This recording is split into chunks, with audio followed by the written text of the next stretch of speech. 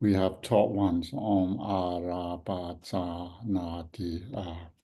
That's Tibetan phonetic. Om Arapata Ta Da Yeah. Nati.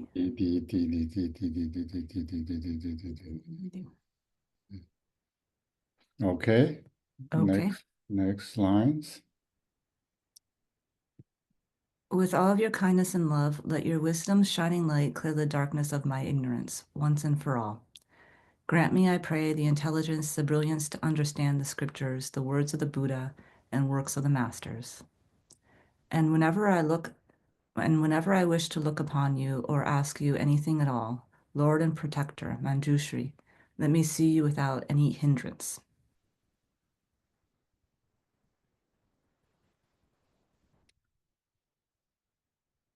Okay, I think this one I'm Here, Kempo, I'm sorry, I still have the Tibetan and the English separate. Okay, I do Tibetan first. okay. Nyingwe debe kesai jibane jabje chenchen lama yalai xin. Ledai nyumo tabu zirwaye garwa nemba dala jobe Chiwo de chen kolu jen de jo, tendan shi xin gun jiang, xin su su. Now you can read English. O Lama, care for me. O Lama, care for me. O Lama, care for me. From the blossoming lotus of devotion at the center of my heart, rise up, O compassionate Lama, my only refuge. I am plagued by past actions and turbulent emotions. To protect me in my misfortune, remain as a jewel ornament on the crown of my head, the chakra of great bliss. Arousing all of my mindfulness and awareness, I pray.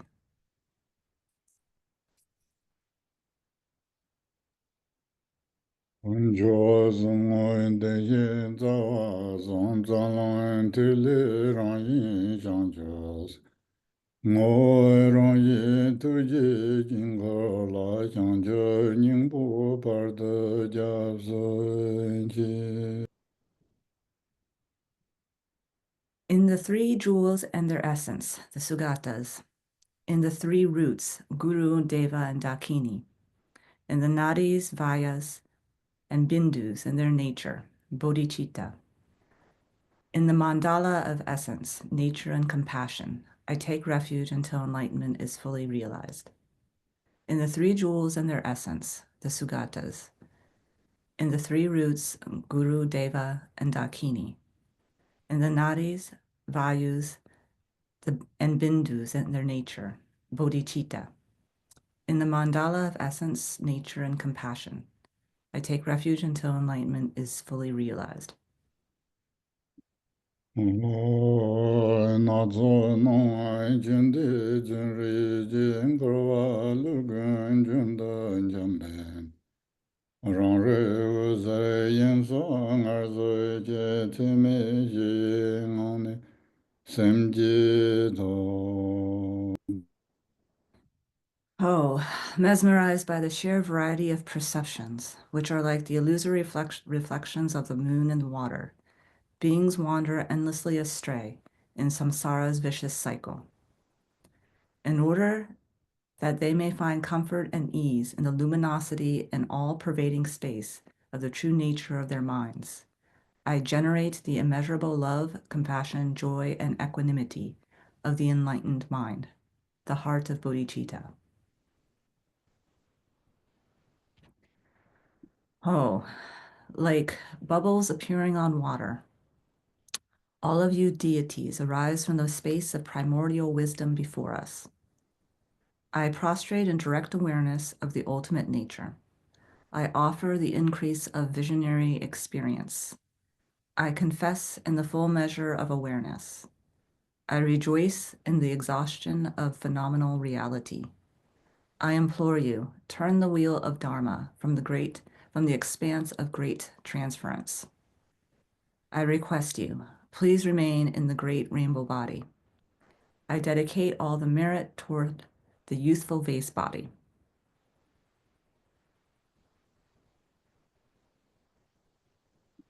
Would you Okay. like us to recite anything more, Kempo? What did you say? Would you like us to recite any of these? Now, I think maybe we go to the actual text. It's quite long. Maybe we don't do this, but in the future, of course, always we can look at those texts. Meanwhile, our plan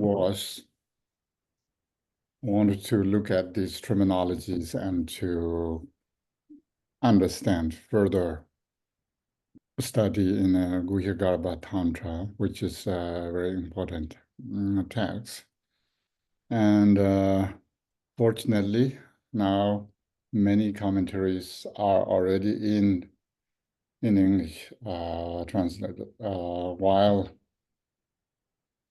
in the past week, John was here and he also showed me the Guru Rinpoche's commentary on the garlands of view or garland of views. Is there? Maybe John, can you raise the text? Yes, let me run and grab it. It's right in the other room. I'll go grab it. John, which translation are you using? Because I have both of them, so I can display whichever one you want. It's Pemakkara. we look at the Pemakkara, and of course that is shortest commentary. At the same time, this is very important. It talks about Nayanas and so forth. If Sims online, we can find the PDF file if you just want to PDF file, or maybe James has already made a picture with the text. So anyway, this is another commentary that you may want to read. Very short. It's a very famous Guru Rinpoche's text. According to Dharma history, the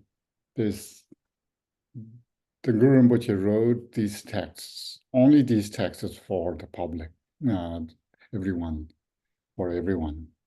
Other texts that written and then went through termas, and it's not necessarily circulated to general public.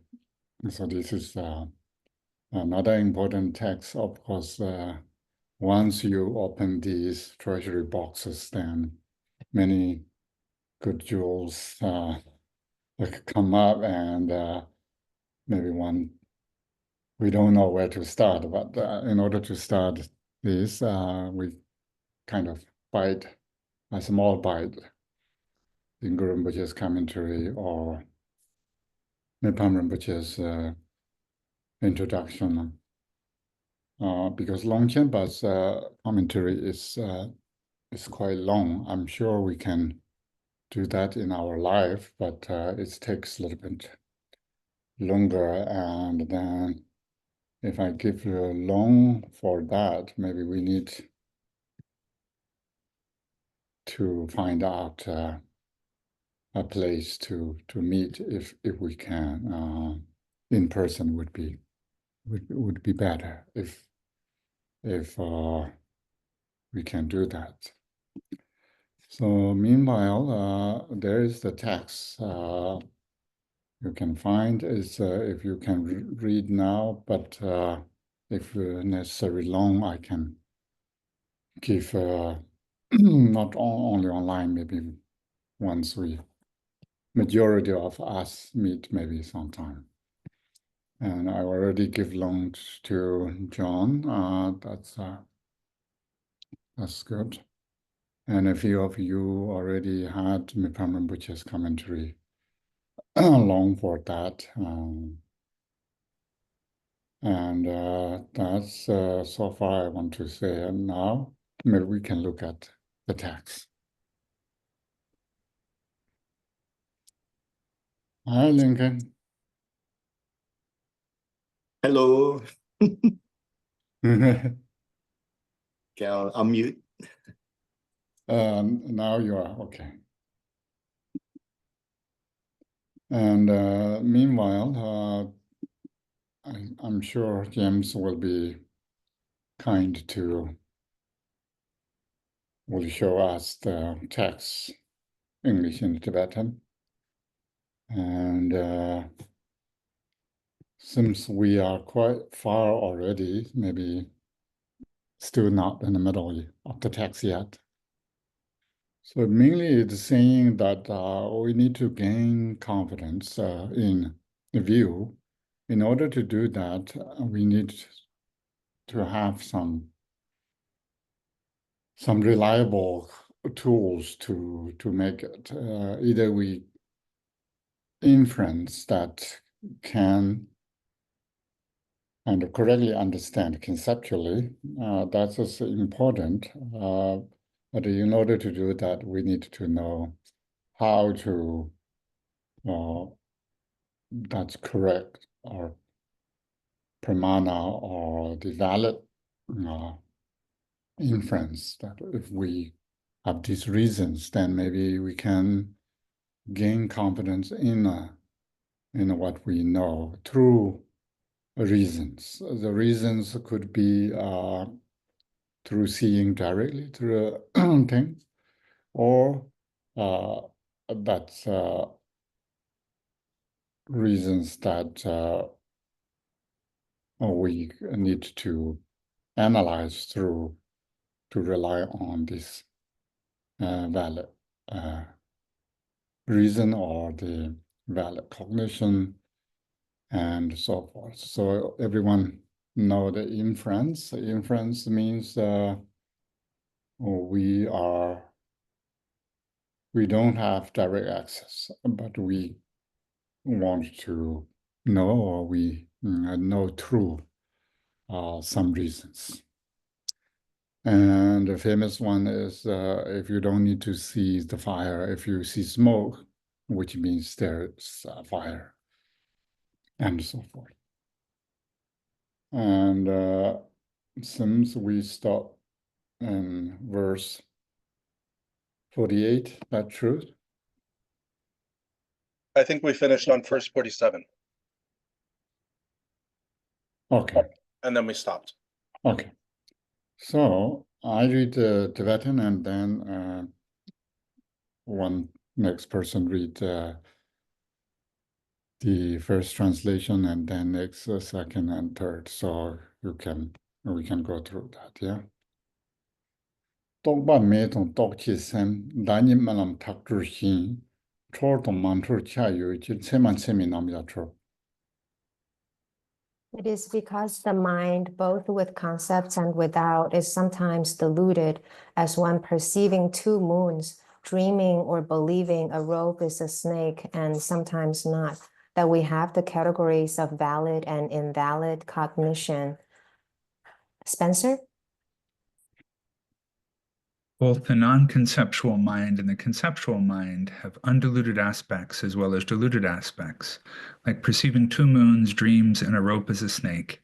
Therefore, the two categories of valid cognition and non-valid cognition are established. John? Non-conceptual and conceptual minds, sometimes perceiving two moons, dreaming, or taking a rope for a snake, distinguishing into mistaken and unmistaken, thus becoming valid and invalid knowledge. So here are both in the conceptual mind and the non-conceptual mind has valid and invalid. So valid things that we see rope as a rope, that is valid. Invalid means we see a rope as a snake.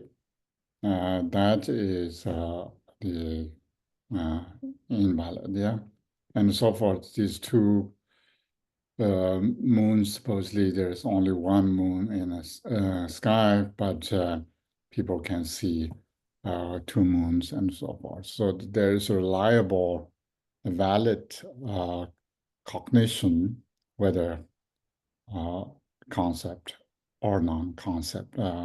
Both has this valid and invalid.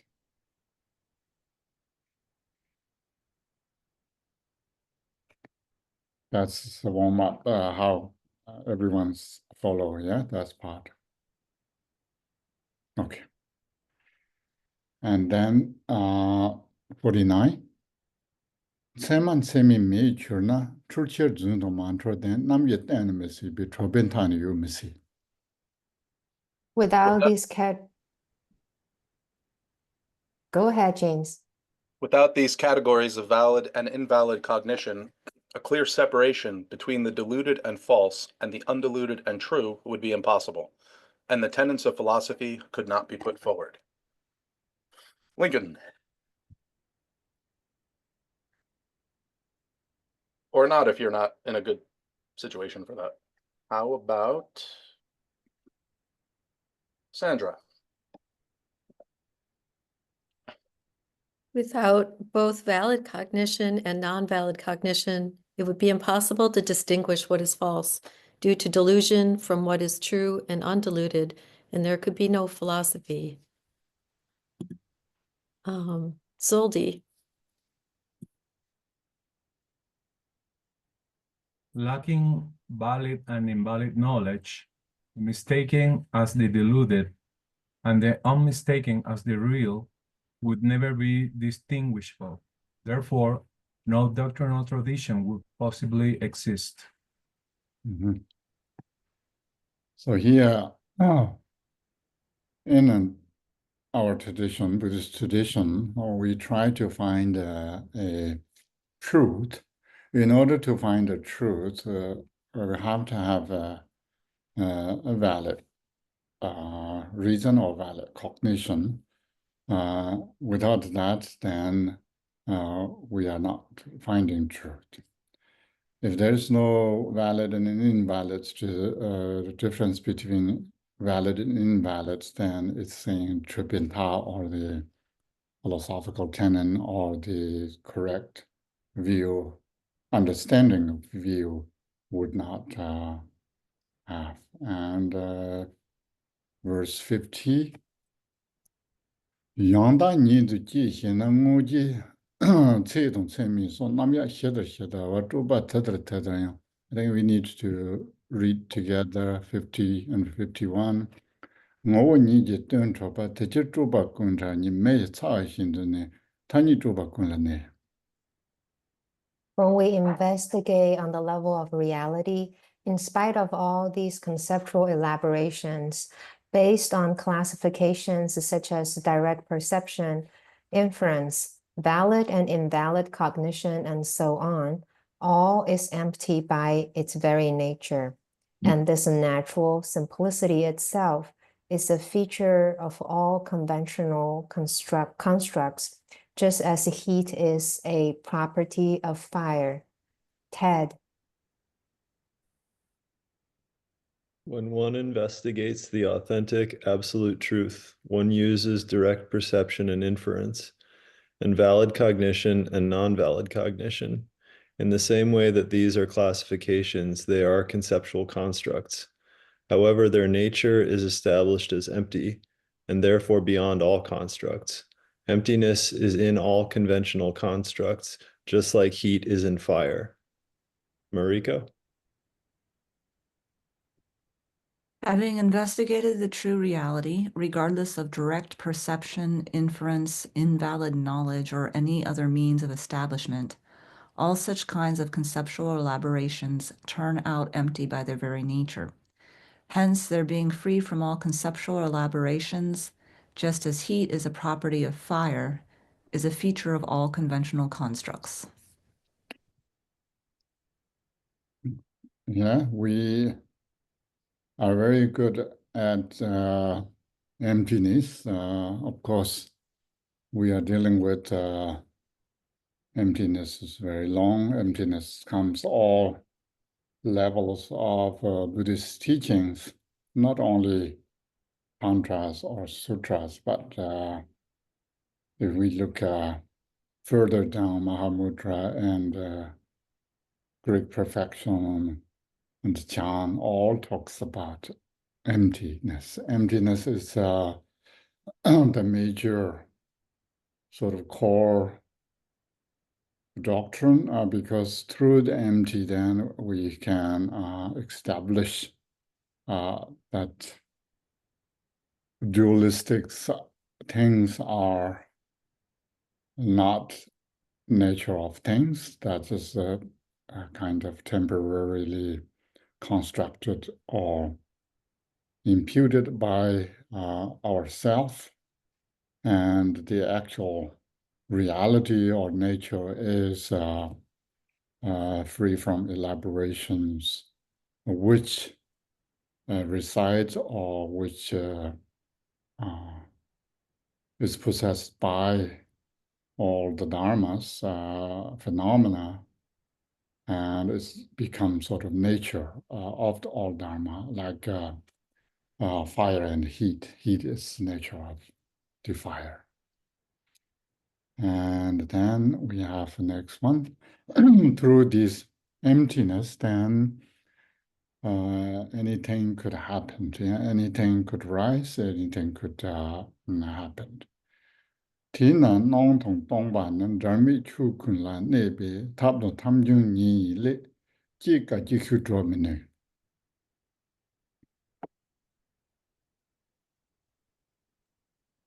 So it is that appearance and emptiness are inseparable in all phenomena as the method and its outcome, which is why you cannot negate one and affirm the other. Masha? Therefore, appearance and emptiness abide inseparably in all phenomena, as the means and what arises from the means, so one cannot affirm one of them and negate the other. Sorry. Zaldi.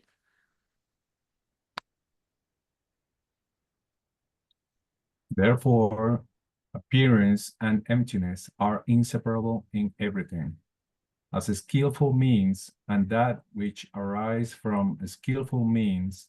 If one is negated, the other is not affirmed. This is very important. Here, often, of course, I'm comfortable with saying everything's empty, but sometimes when we say that, then people get nervous because where these things should go or what happened in appearance. And here, Mipham Rinpoche's view is balancing that both emptiness and appearances play an equal role to functioning phenomena, which means also that we cannot really choose side by, say, only empty or only appearance.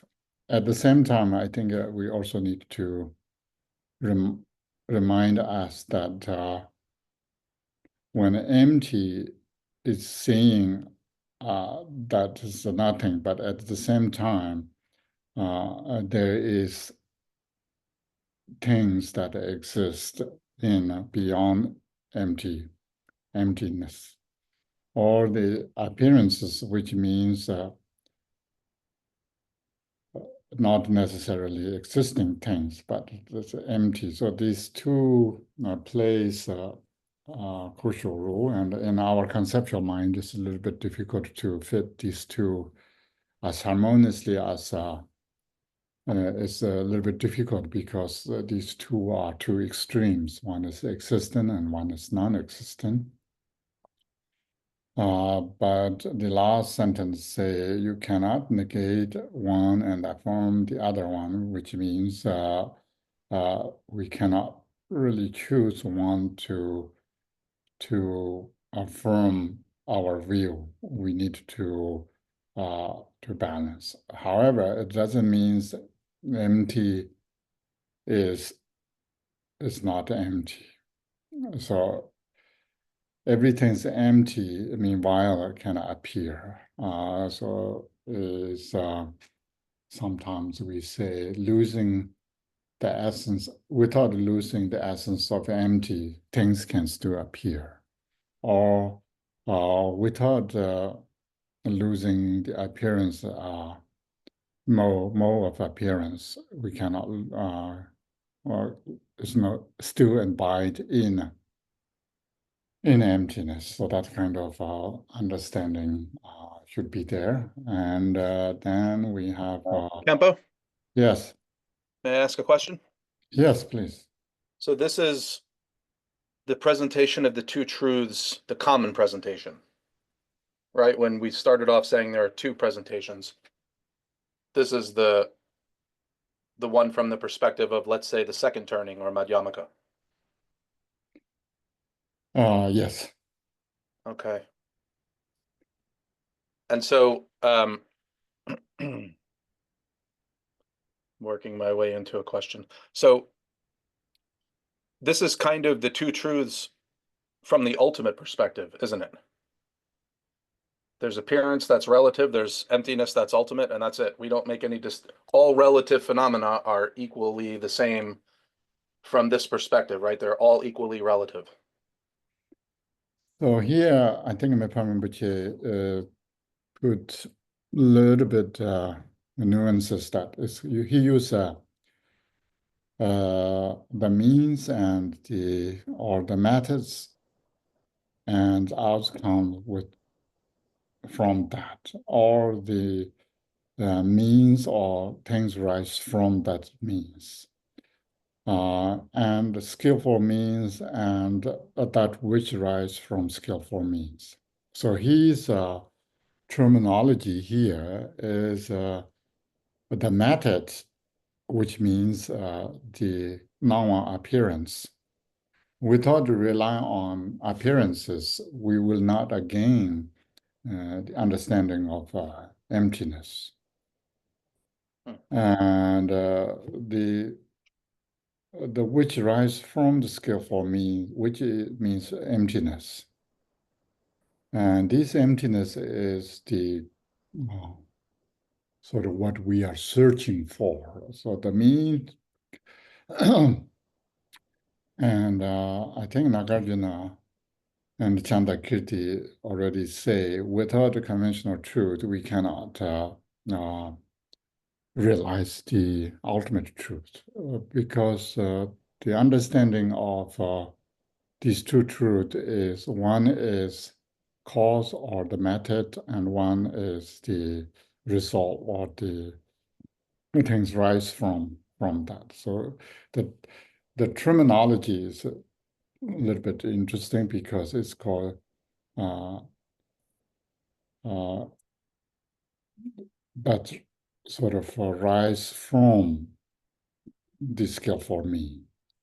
Sounds emptinesses can rise from, it's not saying emptiness rise from, understanding of emptiness or view of that can be rise from analysis on the conventional things. But that breaks down, and then you see the nature of phenomena from there.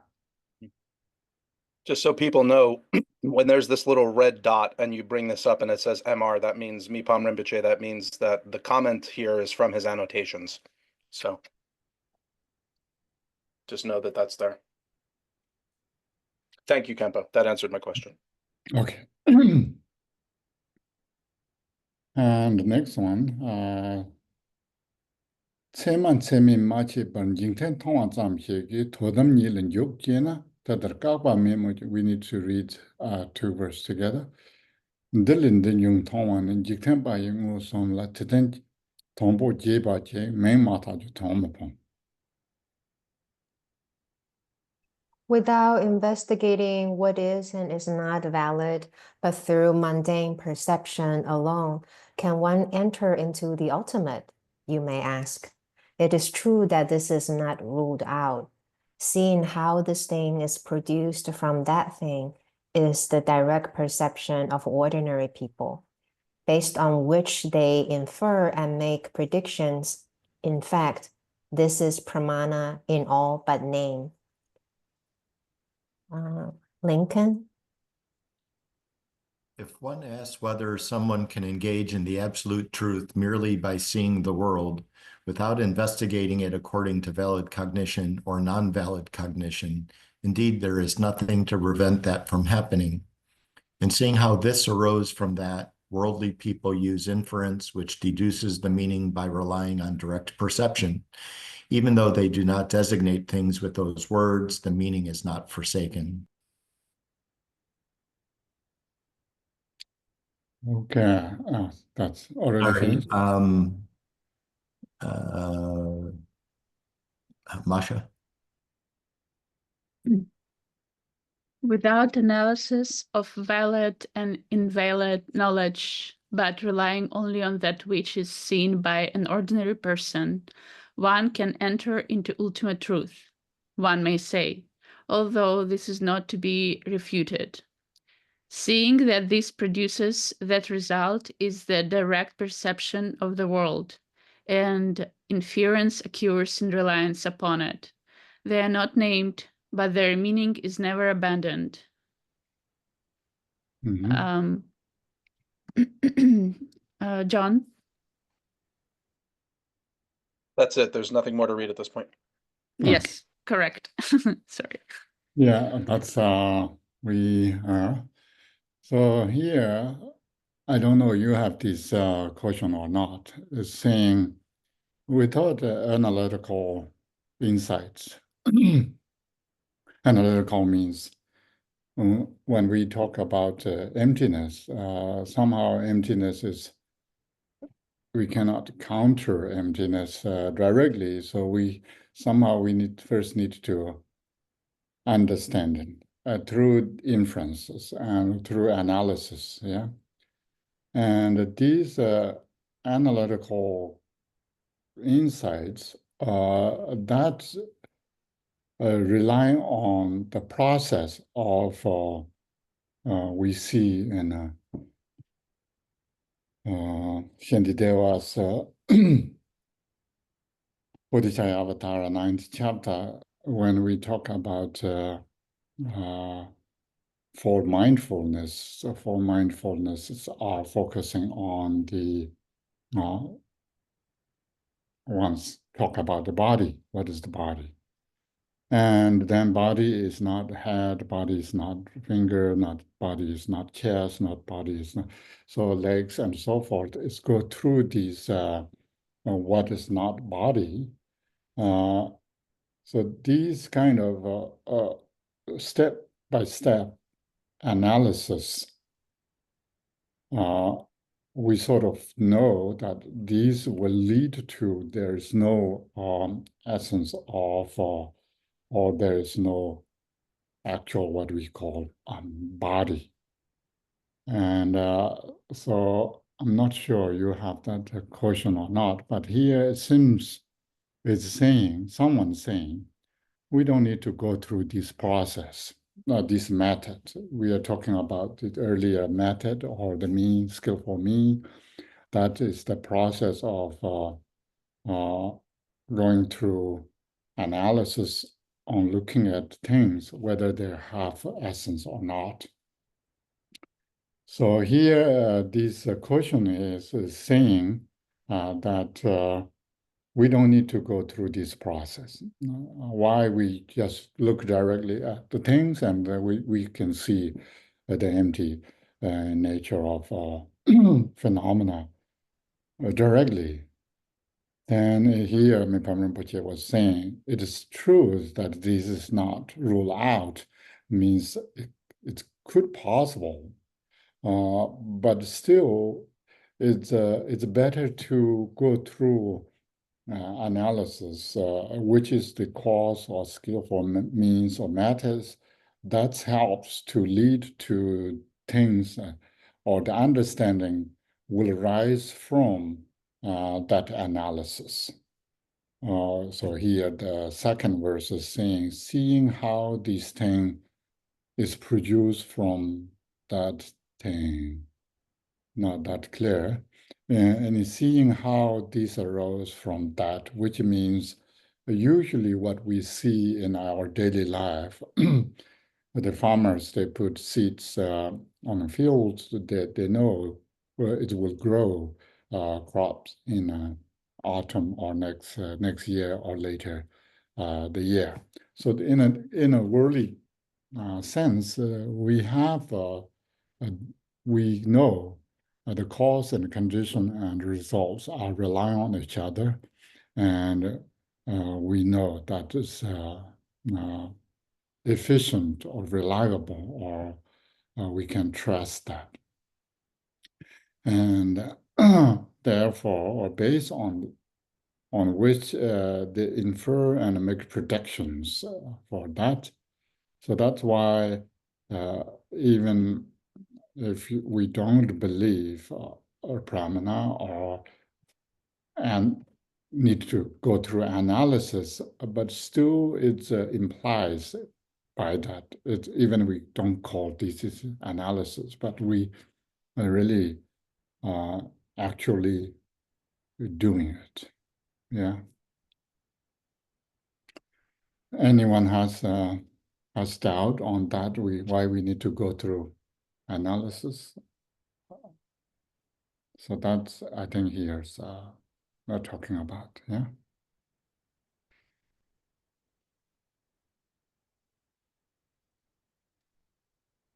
Okay, next.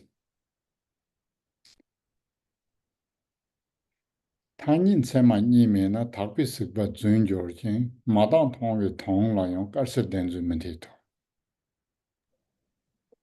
Without the two kinds of conventional valid cognition, pure visions would seem false. And even for the impure, it would be unfeasible to say of a conch shell, white is its true color and yellow it is not. James? Without both types of conventional valid cognition, pure vision would be false, and for the impure level of seeing something like a conch, one could not tell which is true and which is false, the white conch or the yellow one. Who hasn't been called on now? Ted. If the valid knowledge of the conventional were not twofold, pure vision would become false. Thus with worldly vision, as for the sea conch, it would not follow that white is its true color and yellow is false. Yeah, here I think this is very beginning. We talk about these two types of conventional valid cognition and two types of ultimate valid cognitions. And that's why we sort of read the Lion's Roars both on the Buddha nature itself and how the empty of other is play role in understanding of the Buddha nature itself. And particularly this term, xiantong, the empty of other, which often play in Buddha nature doctrines and Buddha nature texts, what we call Uttaratanta Shastra or Rana Buddha Vibhaga Sanskrit, and Tibetan we often call the Ju Lama. Ju Lama is the sort of unsurpassed Tantra. It's Ju is Tantra, but continuity which means the Buddha nature is the very beginning, even before who we are as sentient beings. We already have that nature, and while we are in the samsara, we are not losing that nature. And when we become a Buddha, that same quality, Buddha nature, will remain or will reveal understanding or realization of that Buddha nature, what we call awakened state or Buddha, attain Buddhahood. So here, it's if we only think about Nagarjuna, Chantakirti, and some sutras we talk about, the emptiness is the main doctrine, and Panchaparamita sutras we have called Mother Sutras or Buddhas born from their understanding of the emptiness. And it's a little bit difficult to put where Buddha nature doctrine can fit, because it's talking about the samsaric quality is temporary, advantageous, obscuration, and imputation that's not really there. At the same time, the Buddha nature is permanent, never change. So all these Buddha qualities or good qualities endowed with itself, then we have difficult to fit.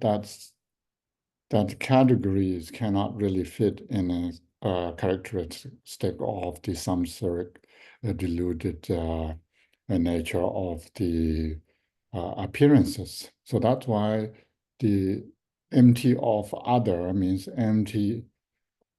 The Buddha nature is empty of samsaric delusional things. That is a really important concept, or we need to understand. Maybe anyone has any good thoughts in reading those lines, roars, and it clarifies something, or we need to sort of clarify that part. Kempo, actually, I had some questions that I thought were Please. kind of important about the lion's roar. If you just give me 1 minute to pull it up, Yes. because I want to locate exactly where in the reading I found it. Okay. It had to do with not the part about Buddha nature being empty of. The part that was straightforward was saying that Buddha nature is uncompounded. It has these qualities. They are not impermanent. But the part that I found kind of confusing, let me see if I can find it. Mariko, which lines roar are you in?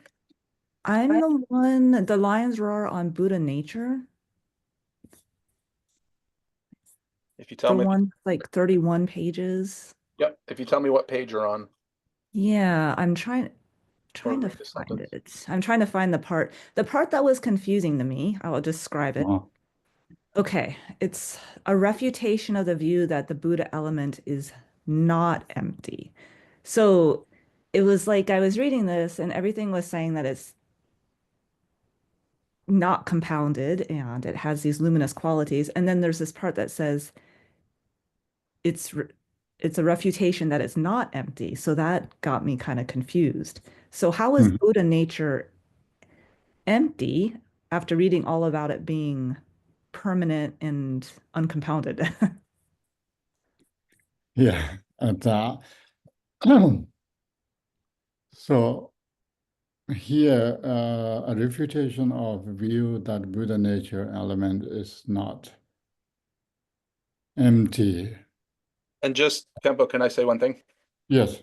The way that these outlines are structured, they're sized to kind of let you know which ones belong to which. So here we know we're in the section called the refutation of certain false positions regarding the Buddha element.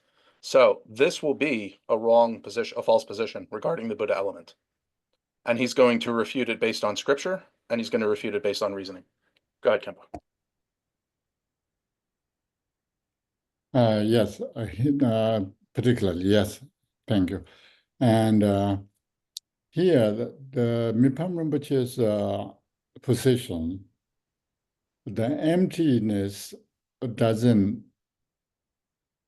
negate, or what we can say. We just read the lines that's saying sort of emptiness and appearances play equal role. These two doesn't block each other.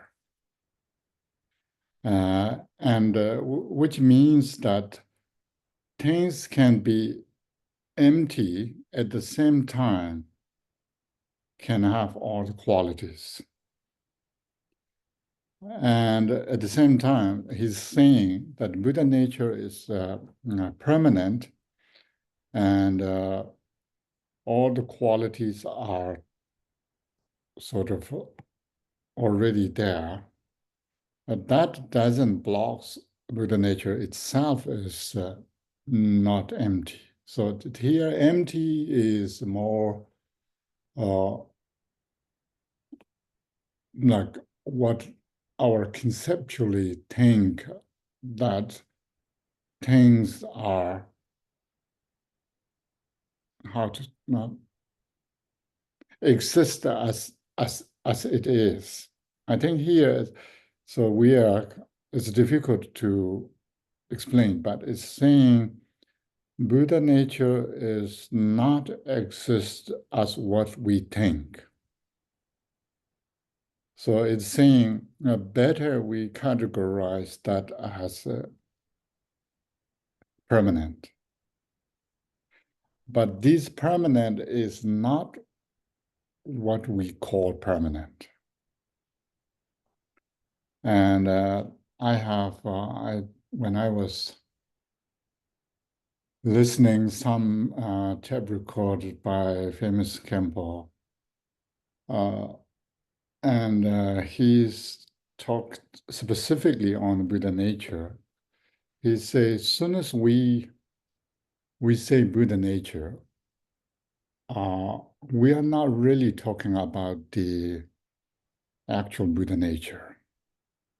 We are talking about our creation of suitable in our mind, that we are describing that part.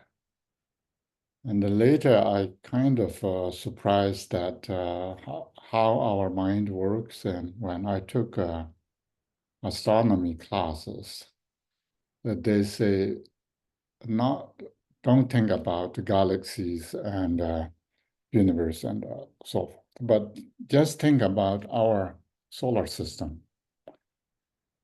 And our human mind cannot visualize, it's not capable to visualize the actual size of solar system, no matter what we do. But we can just do is make modules to sun is relatively bigger in the center, like size of our fist. And then those other planets are smaller and compared to our sun, and the distance and so forth. Then we have this small module that's our solar system can fit to our mind to make sense to us. But compared to the actual reality, then it's not, it's far from what we understand. So similarly, yeah, exactly. That's just our, we can do that quite well. And these these the actual size and so forth is beyond. I mean, we can describe, but how our Earth is, how far from sun and so forth, mathematically. But in order to visualize it, we cannot really visualize that. So similarly here is the term Buddha nature is permanent used as in a better way than impermanent. Then when we say impermanent, since then it's exactly like samsaric thing. It comes, goes, and it's cannot reliable. So that's why Buddha nature is permanent. And the qualities also we need to compare with these two, because samsaric things give us delusion, pain, and so forth. And then Buddha nature or the Buddha qualities would give a sort of positive result. So that's why it's these two are coming back. Maybe that's why it's a little bit difficult to us to not everyone knows it, but it's difficult to making fully a sense. But at least we can doing that. I think all the meditators, chants, dzogchen, and everything's kind of assert that only this path is leading to the actual practice, but then actual practice itself is also a little bit difficult to say what really we are dealing with that meaning. The concept is and the meaning are kind of a little bit different, but before we talk about this valid and invalid, so our understanding of module of this solar system is inference. So now we know inference doesn't really need to match exactly, but inferences can lead us to better understanding or hopefully the actual meaning. Okay, Jianru? When I was reading this text, I was thinking, so this is responding or a question to what you said in terms of the permanence of Buddha nature is not the permanence that we generally think of.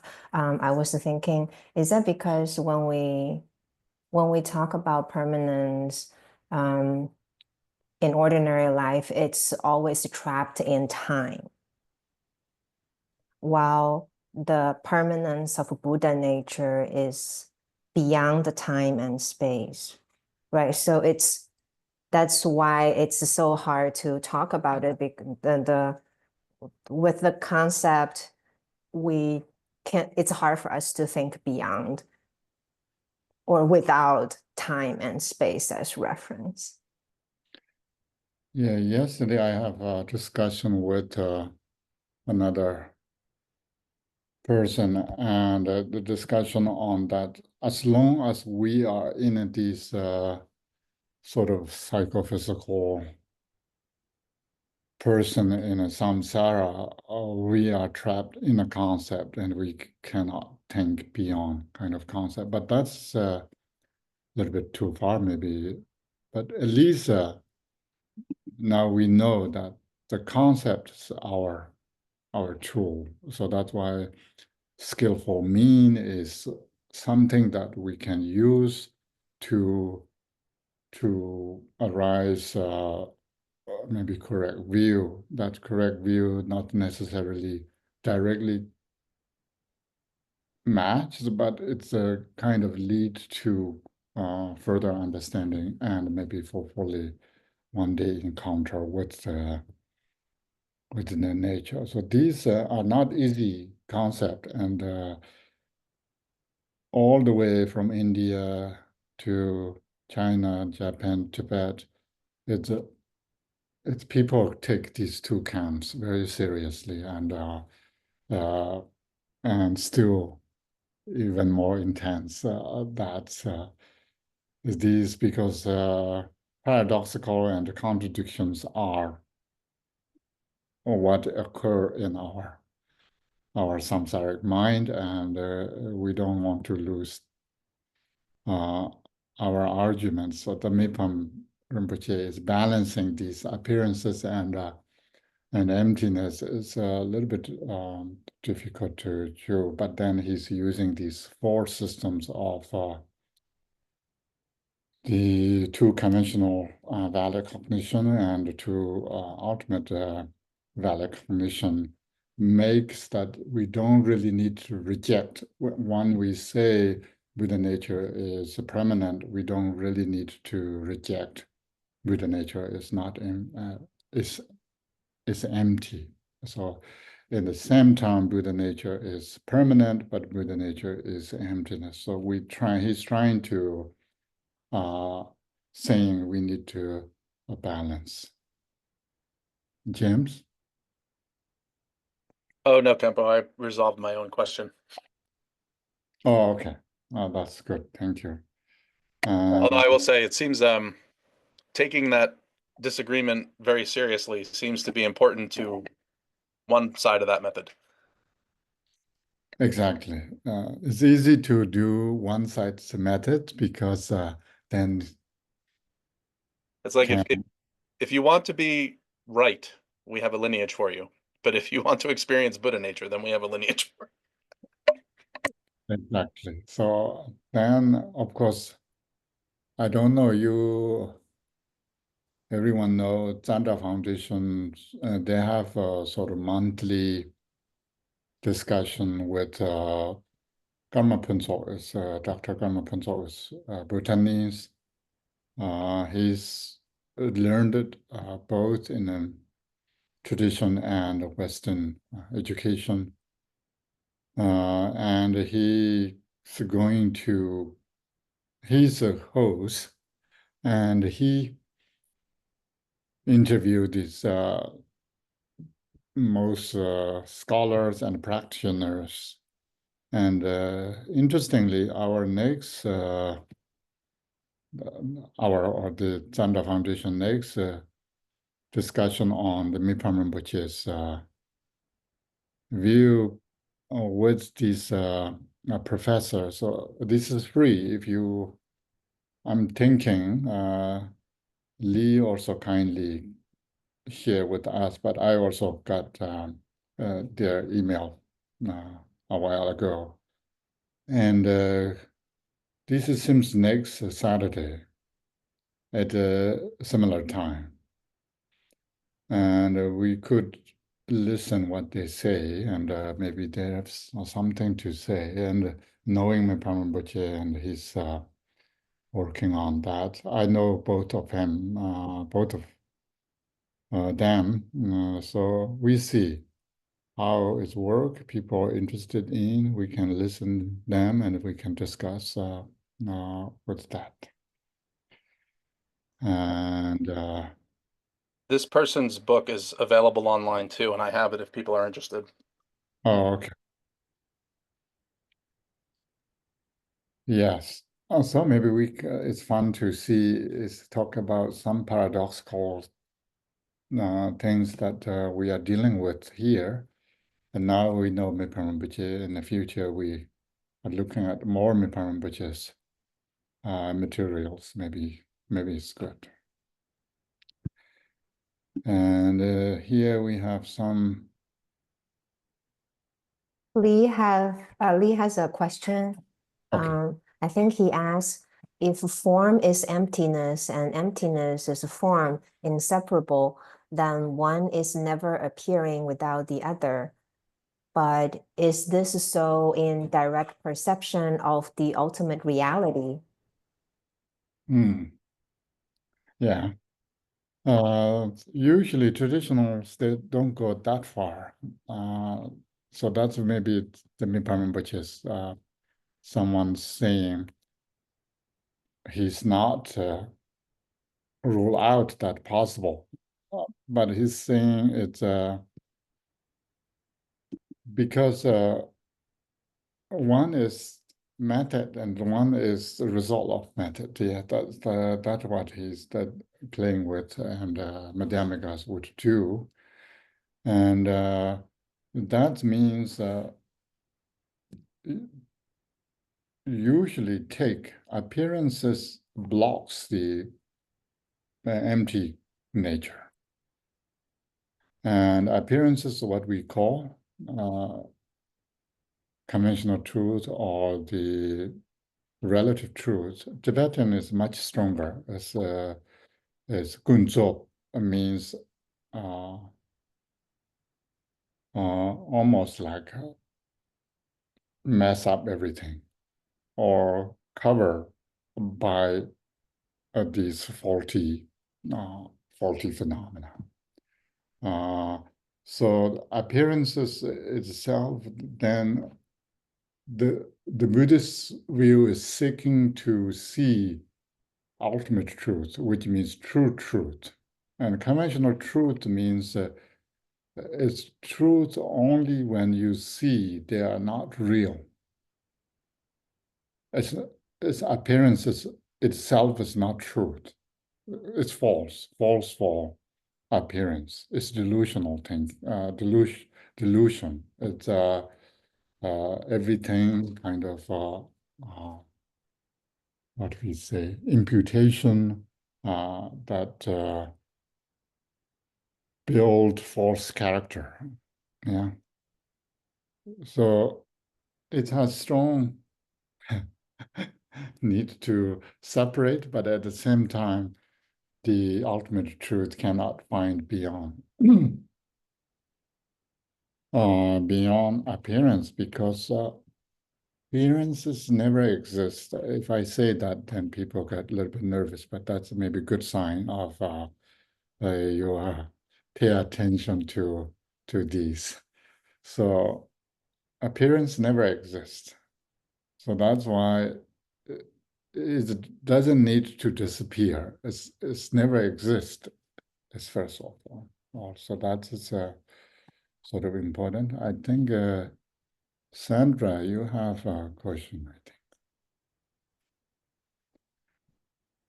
You need to okay, thank you. My question was about this inanimate. I love that this came up in the text. So first, the statement was all phenomena are primordial luminosity.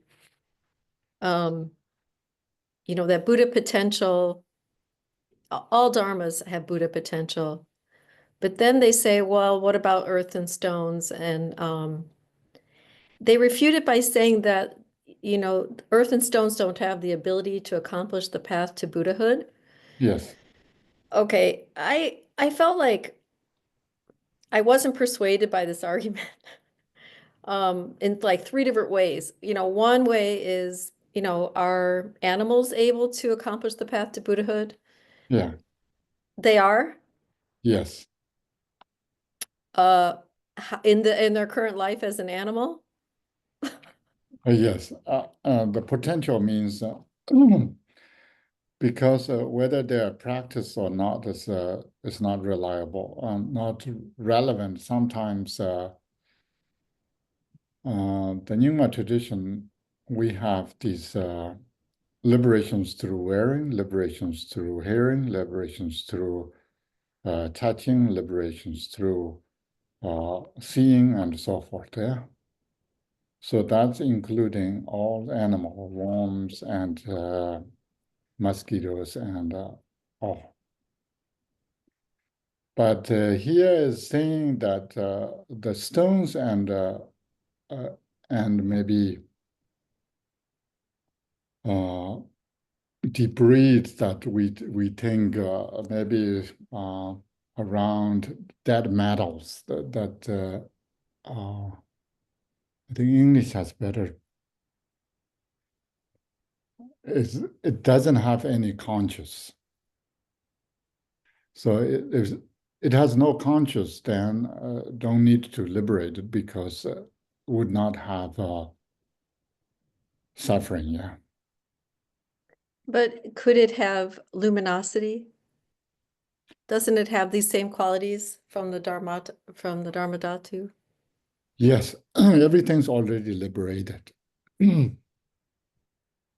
And the sense of re-liberation is they don't need to re-liberate it because they don't have suffering.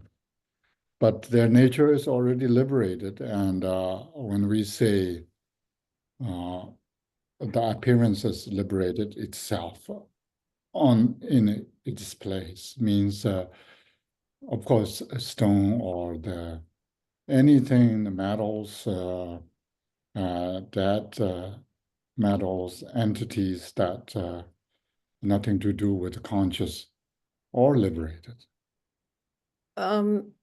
What about plant life? How does plant life fit in? Yes, plant life is, I think that it depends on who we talk to. If people believe that plant lives are conscience, sentience, then of course they can liberate it. But if they're not sentience, then we are separating them from non-sentient to sentient. Then non-sentients have no conscious. Then if there's no conscious, then no consciousness, then don't need to liberate. It's already liberated. That very tricky part is everything is already liberated. What we are trapped in is a delusion, yeah. So we think there's plants, there's stones, there's rivers, there's me, and there's beings and non-sentience and so forth. That's what we think.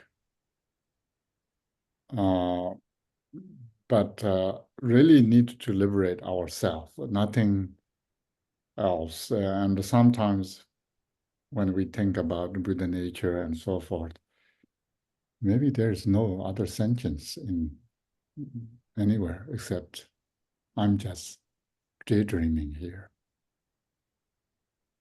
And could you talk about the possibility of the earth and stones being the female Buddhas, like the element essence of them? Is that where you're saying that they're liberated already? Yes. So that is two ways we can think. One is everything's empty in Heart Sutra, so forth. Form is empty, taste is empty, smell is empty, and emptiness, emptiness means empty. And there is no delusion in a form because there's no form. And that's where it's already liberated if we think about the pure empty essence way, ultimate level. And then that doesn't really deal with in sutras, then tantra teachings comes, especially in our going to Guhyagarbha Tantra, specifically dealing with these 5 skandhas, means from what we call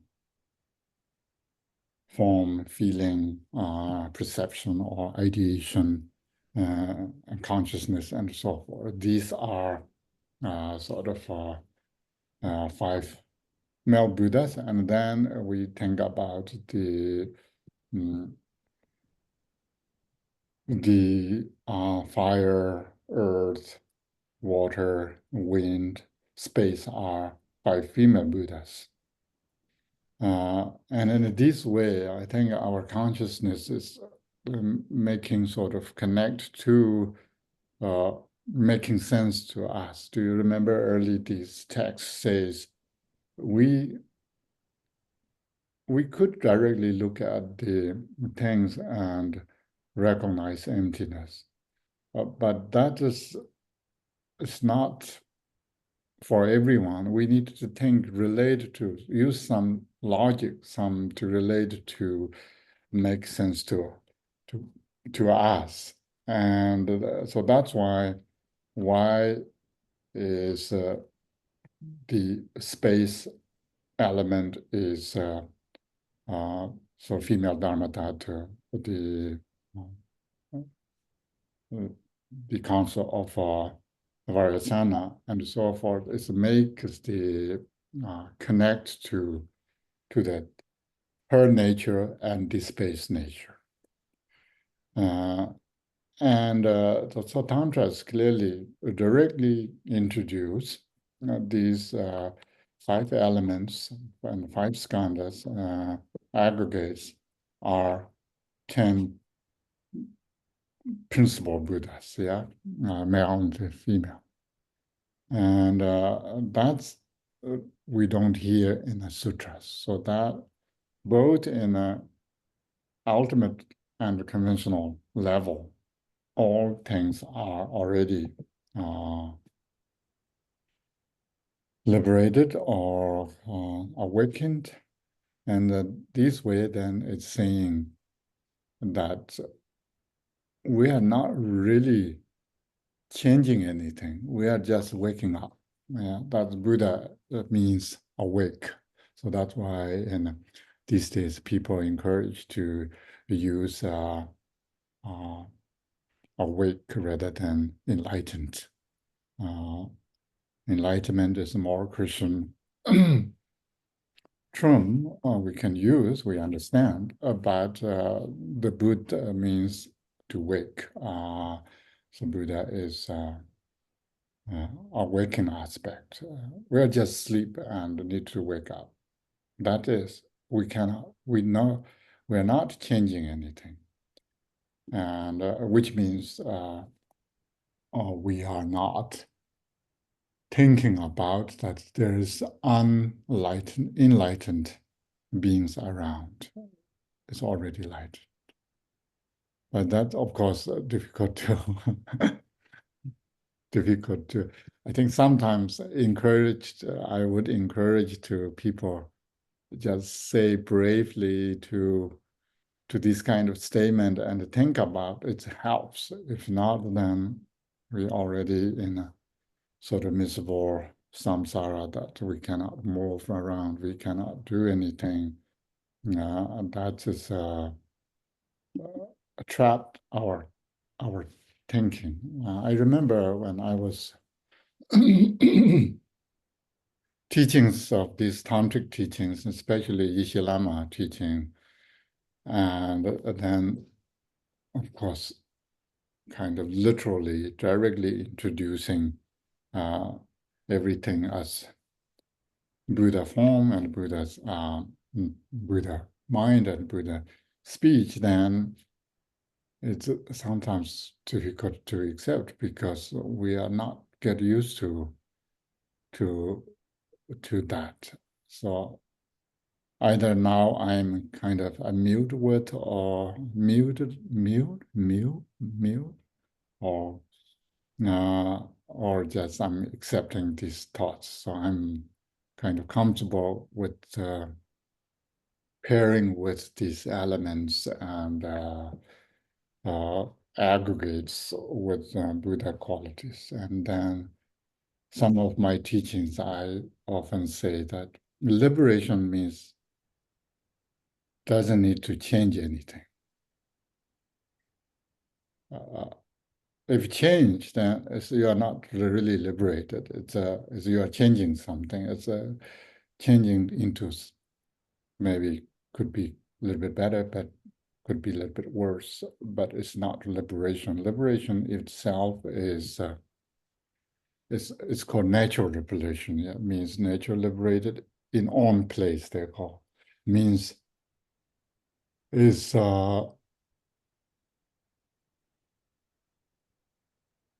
there's no bondage in it. I mean, when we say earth or fire or wind, we already conceptually reified in our mind as something that water cannot turn into fire, fire cannot turn into water, and so forth. The concept is strong enough to we believe, and also we can that objects also become sort of useful, like dream. Yeah, maybe dreams there's nothing, but our belief these appearances has such quality value. That's why in a dream we can talk with people, we can buy things, we could be disappointed by the few dollars that you pay too much, or so even in a dream you can attach to. So that's why it's very important to think about the creation is coming from our mind. And then slowly when we go to actual Tantra, then after a while, then we maybe more happy with accepting these statements. And often our tantric practice, Yamantaga, Vajrakalaya, and Guru Rinpoche often says that all appearances are deity, or sounds are mantra, and all thinkings are the enlightened intent or realization of the Buddha. Thank you. Yeah, we slowly adapt this trend. James, do you have something to say? Well, I'm interested in arguing over that translation, but I can suspend it if you want to move on. Which translation? Awake versus enlightened for Buddha. And I feel like enlightened works better for the Dzogchen lineage. I'd like to have you correct me if I'm. Oh, okay. What does enlighten mean? Well, the original sense of the term means to be illuminated by knowledge.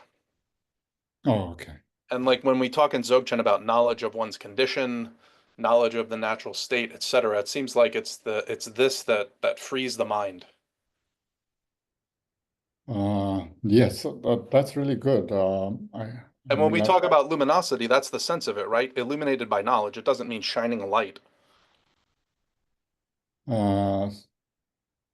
Yes, but it comes to Toga practice, that's I'm not arguing. I'm just sharing my thoughts that I get that's a different context.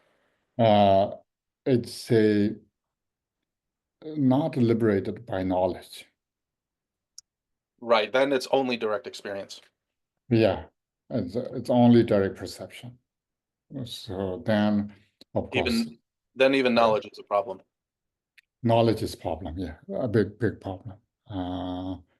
Knowledge means. Do you remember? Then I have some big problems.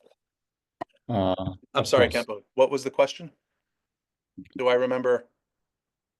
Not really question. It's just early we read that we have this method and rise from method, the understanding that rise from method, yeah? Yes. So that is knowledge. So you can see if we have, we will have, but maybe we don't go that far to, I mean, I'm saying in a Dzogchen teaching, there is the vision practice. It's nothing to do with knowledge. Knowledge is problem. That's what this Dzogchen teaching itself says. So would it be correct to say then that trying to apply knowledge during that practice is a problem? But I can't even begin that practice unless someone gives me the knowledge of how to do that practice. Yeah, that's what I'm saying. Knowledge seems involved with some valid cognitions that rise from the cause that may be analytical insights or the something inferences. I see. Uh, So would it be correct to say then that conceptual mind starts the practice, but the answer can't come from conceptual mind, has to come from direct experience?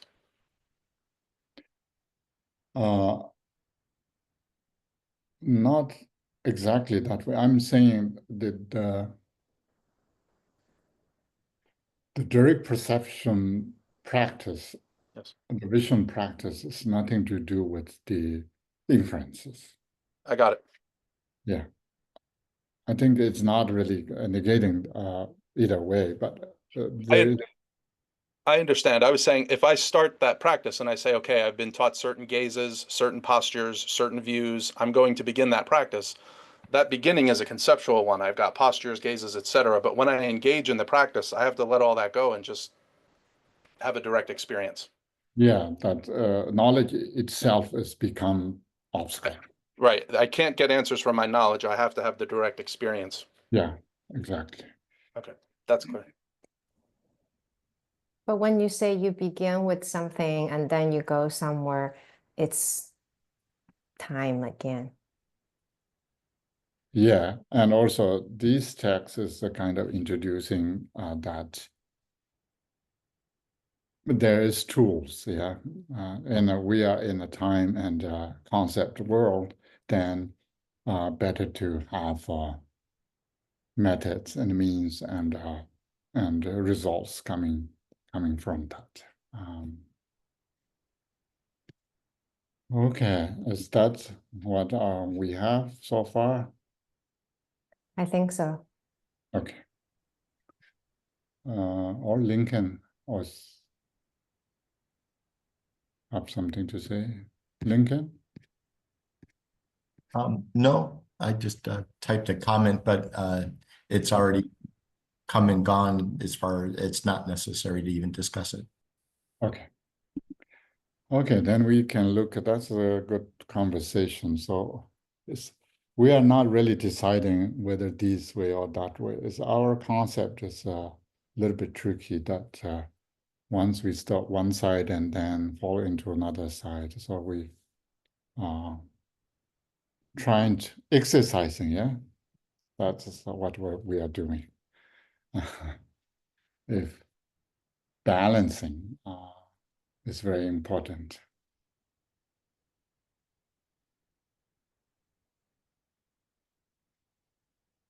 Yes, Marcia. It's quite a random, but not very random thought that I just had, and I just double check on my phone. So thinking about awaken or enlightened, I started thinking in Russian, and in Russian, we have two words for that, which is enlightened is просветляться, and the main root of просветляться is light, right, as light, свет. And пробудиться is to be awakened, and the root there is bud, and bud is very old Slavic, and there are definitely some Indian Sanskrit, I think, root, and then even alarm, like when you switching on alarm, is budilnik, so it's something that awakes you. And now I just checked etymology dictionary, and it says that the word initially has two meanings, which is to be awakened, and the second meaning is something that brings you to life. And I thought that it's interesting. So something that's What are the synonyms? I'm sorry, were these synonyms for Buddha? It's two words that in Russian you use for enlightened is the same two words that you were talking about, to be awakened or to be enlightened. Right, right. But one has the same root is light, so it's enlightened, right? просветляться, and another one is пробудиться, which is to be awakened. And Right. the Buddha and пробудиться is the same root because I think that Russian language has a lot of like Sanskrit roots that we still using. So, and I thought Right. it's very interesting that пробудиться, to be awakened, the second meaning of it is actually to be brought to life, not just to be awake, but to be brought to life. Yeah. No, I find that interesting. In Sanskrit, Buddha can have both meanings. I've heard Sanskrit experts say. However, the nearest synonym for Buddha in Sanskrit is avagamana, which means full comprehension, full realization. It has like this idea of illuminated by knowledge, same thing. So it can be presented both ways. I'm not saying one way is more valid than other. I was just interested in Kempo's perspective from a Dzogchen point of view. Yeah, sure. I got it. I just also thought that it's interesting to, you know, I just realized this parallel too. Yeah, thank you. Yeah, see, Buddha and those are important. So one thing we know now that liberation is not changing anything. It's just letting be. Yeah. Now we can look more. The next verse is more about the two. Now we talk about these two conventional valid cognitions, which we saw that when we talk about something, and then it means convention, something. When we talk about Buddha nature, we often talk about permanent and good qualities and Buddha qualities. We are mainly use conventional language to talk about and sometimes think through the concept. So that's why it's become convention. And when we talk about emptiness, of course, that also involves convention, but trying to eliminate all the baggage of the concept. So that's why Heart Sutra say there's no Buddha, there's no ignorance, there's no liberation, there's no suffering, there's no samsara, and there's almost our sometimes in American English we can say there's no nothing. Yeah, double negation means zero. So that's why we think when we say empty, we can block and we can reject, we can everything, but still emptiness itself, the concept, and of course, coming term. So that's why Nagarjuna say, if you treat emptiness or you understand emptiness wrongly, then it becomes a sort of impossible to make correction, because once if you believe in assert emptiness as something, some character, then it's not really emptiness. It's a different thing. And so that's why it's a convention, and ultimate is also here is sort of blurring, because it's what really convention mean, what really ultimate mean. Can we really separate these two? Do we totally talk about ultimate things?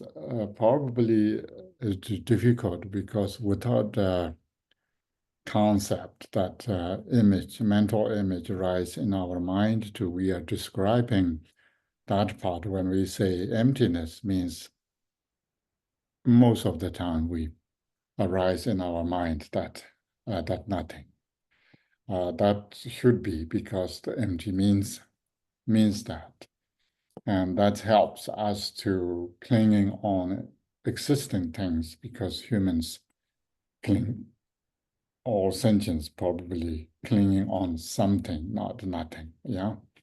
So that's an important part. And then we know there is, in a conventional level, there is truth and untruth. Truth part is is Buddha qualities and so forth. And untruth part is these samsaric things. That's why we call empty of others. The Buddha nature is empty of other samsaric things. And 56. Todam juyi ni me na deni sungju me xixin. Todam zhu bin tar long ten rong long yinje. Without the two approaches to ultimate analysis, we would not know the unity of the two truths. The ultimate would fall into conceptual extremes and be a cause for its very own destruction. Spencer. Without both ways of investigating the absolute truth, one would not know the unity of the two truths, and the absolute would be reduced to a fabricated extreme. In this way, ultimate valid cognition would destroy itself. Lincoln? If there were not two types of valid knowledge of the ultimate, the inseparability of the two truths would not be known, and the ultimate would fall into conceptual extremes, causing its very own destruction.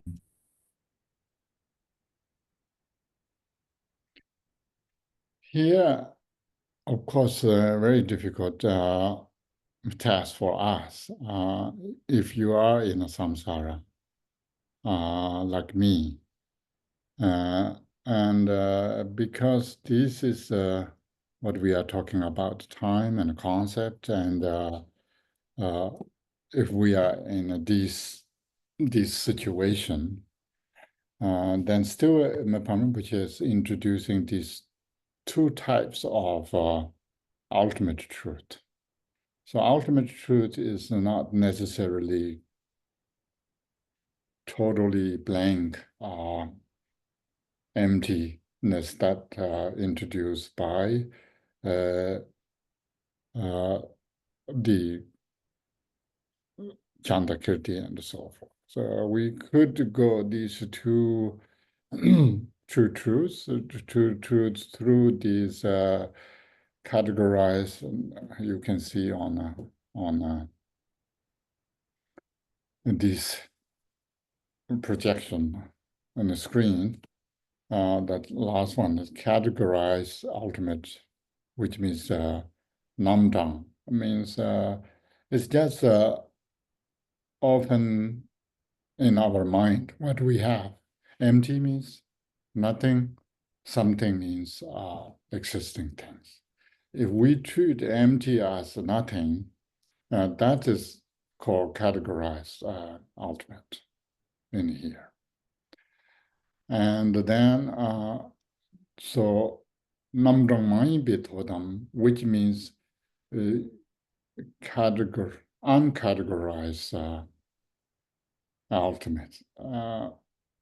But I think here is more like a beyond categorization of ultimate truth. It's beyond, it's not just uncategorized. There's many things could be uncategorized, but it's not necessarily, it's beyond. So this means beyond categorizing emptiness means that emptiness is not talking about nothing or something or any that conceptualize talkings, yeah. So these are important. Do you remember this?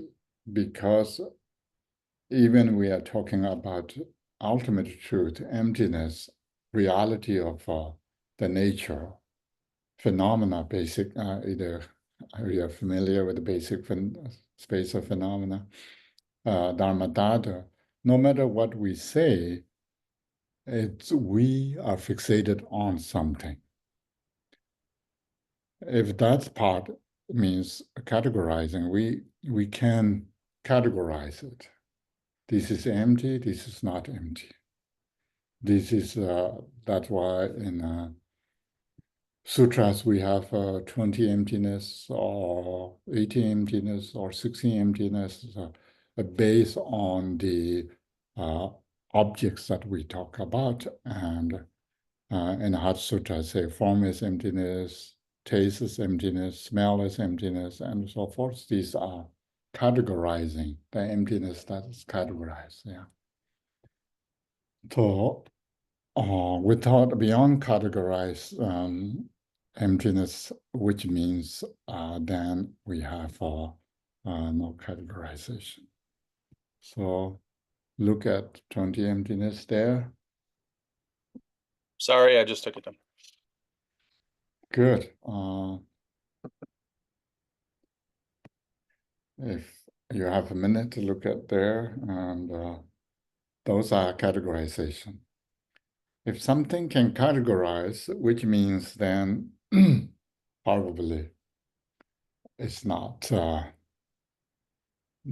beyond conceptualization. We know all conceptualizations are fabrications. It's like in a prayer that was recently taught at GBI, husk-like words of speculative ideas lead only to delusion. However they're expressed, they entangle us in thought. Yes, it's more involved more and more. So that's why Nagarjuna has the warning that don't be misunderstood. Emptiness, if you misunderstood it, then if you believe in your understanding, then it's probably very difficult to make a correction on that. Okay. Maybe. It's just the verse she shared. Okay. James, can you read one more? The verse. Yeah. Husk-like words of speculative ideas lead only to delusion. However they're expressed, they entangle us in thought. Let us practice instead the heart's profound instructions, which arise not from Scripture, but are intuitively known. So what do you think here?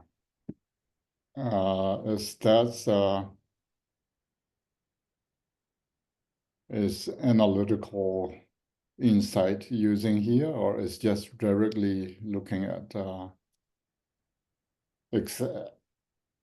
access the true nature? Because we are dealing with that. He said, Mipham, which is I'm not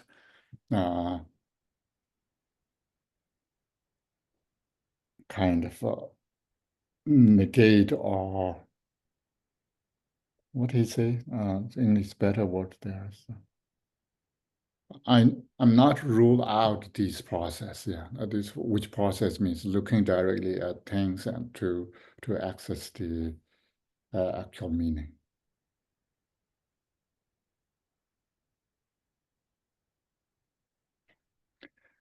Through seeing the worldly, the normal, no. Do we have normal things in the samsara? Maybe not. No.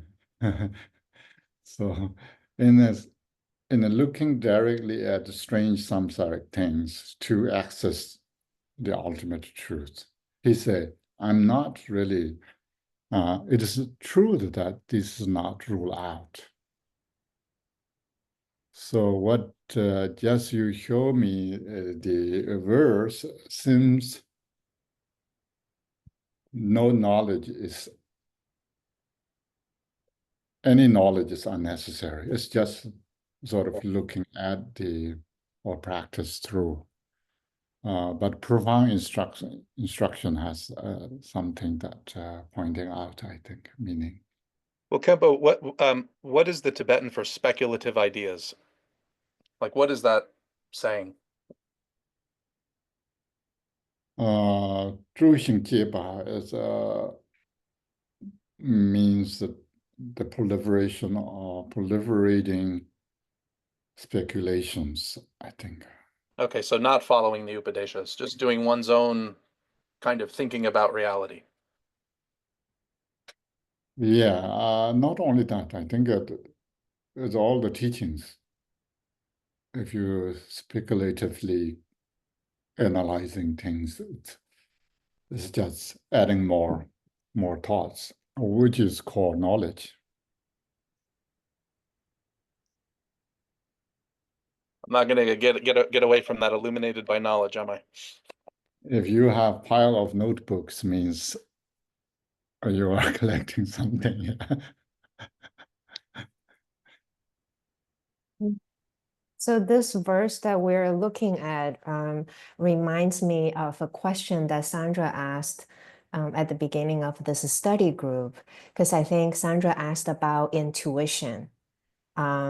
I think my memory was, maybe she can repeat the question, but I remember she was asking, is intuition direct knowledge experience or direct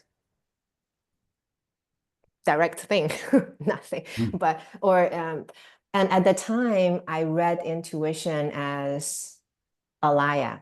So I said, oh, maybe it's more habitual seeds.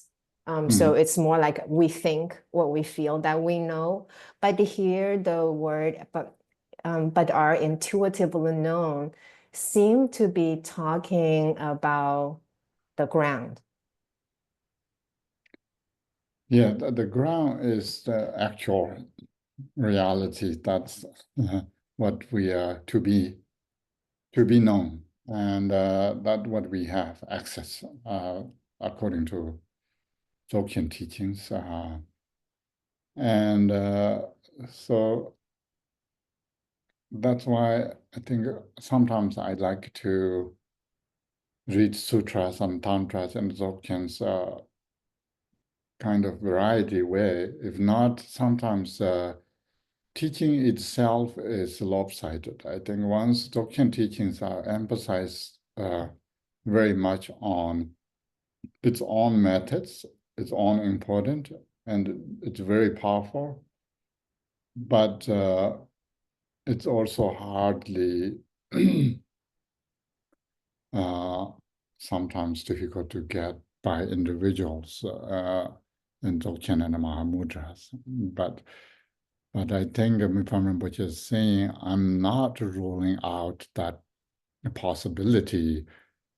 You can see how his languages are changing in these two writings. Here is nothing that helps you if you learn 100 years or all these has-like words, speculations. That's not going to help you. Rather, just look at your mind through your guru's profound instructions or hard profound instructions, that maybe just how to look at your mind is important than learning learning through text and so forth. It's not just saying that not authentic text, but any text that words has like words. Words itself is like has. Cambo, can I ask a question?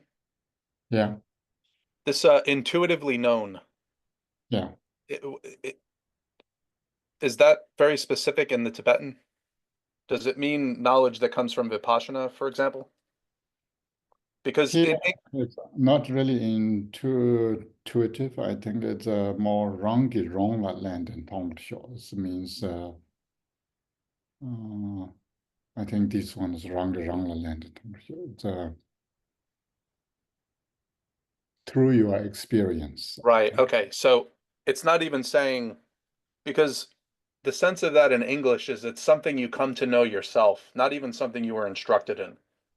So it's like, for example, if you receive a recipe to make bread, Yeah. and then you cook that bread 100 times, you come to some intuitive knowledge which goes beyond the recipe, from having worked with the oven and the heat and the ingredients and seeing how it goes together and how it went right, how it went wrong. You come to know something in your own experience that goes beyond even the instructions. Is that what this is referring to? That's kind of, yeah. Okay. Because all these has like words and instructions are gone. I mean, Dzogchen often talk about the naked awareness. What does naked awareness means? Without concept. Yeah, without concept. It's just directly need to encounter with but experience is also another very tricky word in English. So Yeah. should we have experience or not is other thing, yeah. Yeah, that's good. So we can go back. Yes, sir.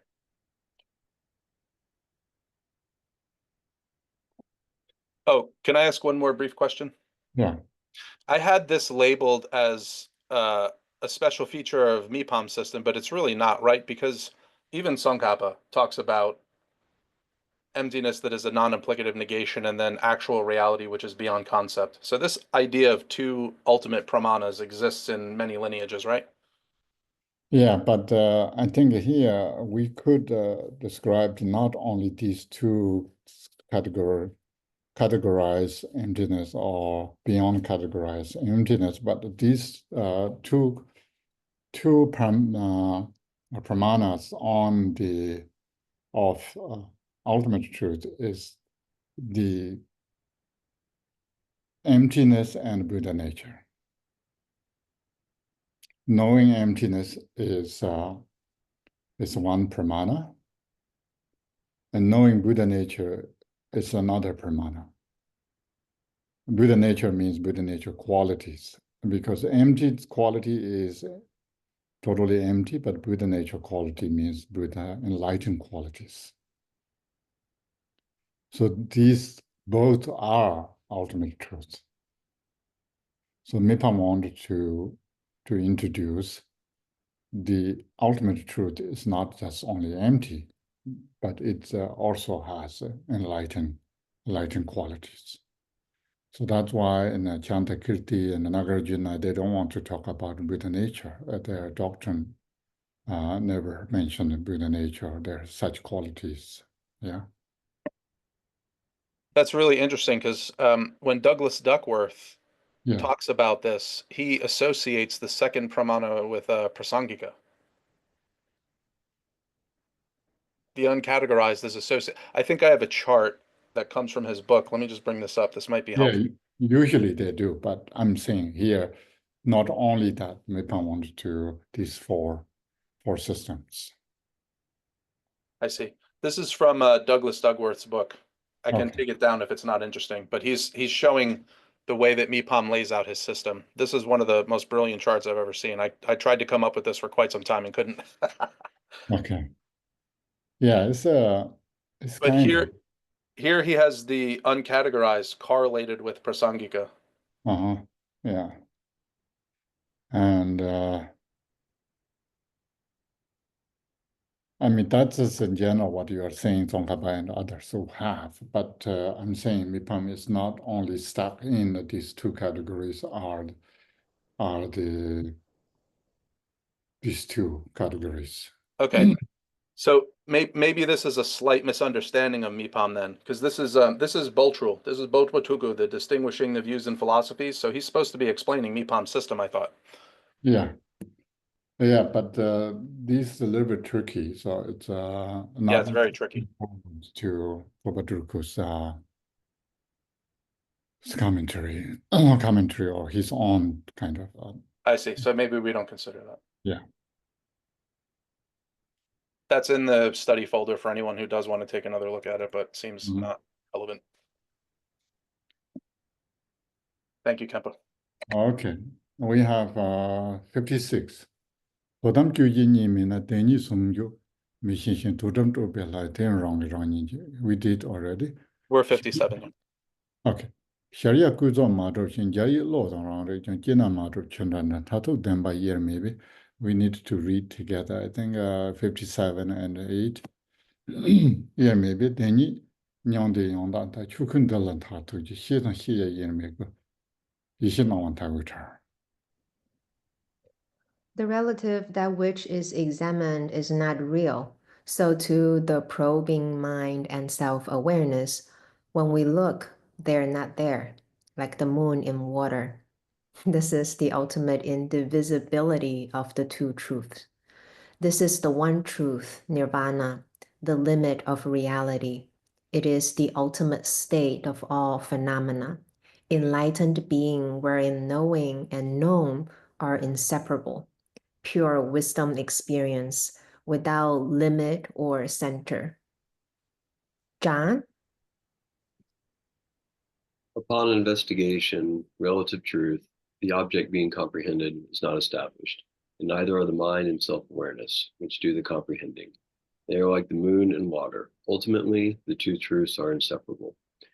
They are a single truth, the final reality of nirvana, because the ultimate is in all phenomena. Consciousness and objects of knowledge are inseparable from the appearance of the kayas and wisdoms, which are beyond notions of a center or a limit. Lincoln.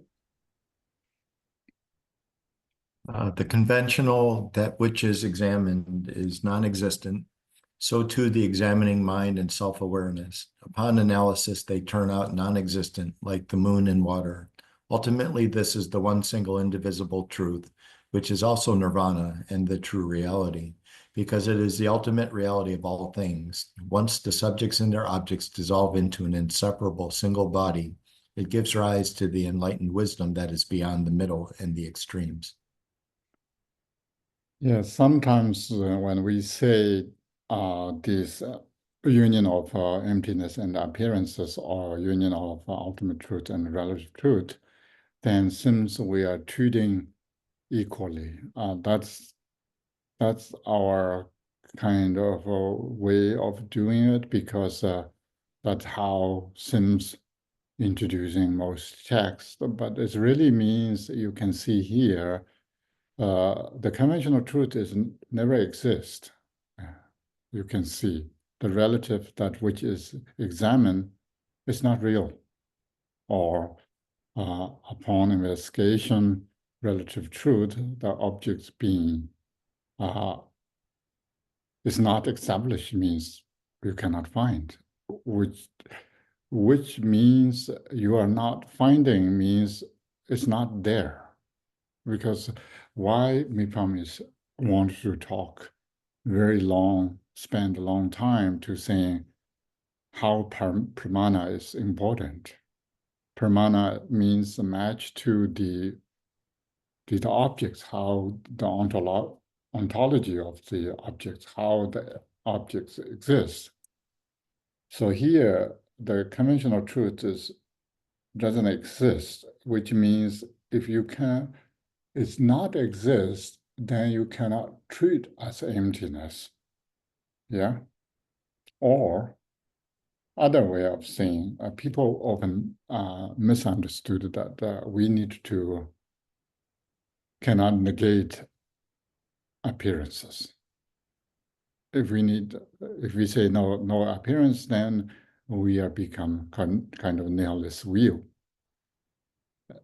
That is, I think, especially wrong, because here it's saying we need to establish things never exist, or things would not, we cannot establish things exist. So things, non-existence of things is called emptiness. So in this way, it's called union. It's not two things, emptiness and conventional or the appearances exist equally, and then they are kind of become one or union. It's saying that the relative truths never exist. The non-existing part of that is called emptiness. So then it's absorbed into, subsumed into emptiness, yeah? And then in the final, there is only one truth. And one truth, which is the pure wisdom sort of thing. And that's collapsed the subject-object duality things. That is the Dharmakaya and so forth.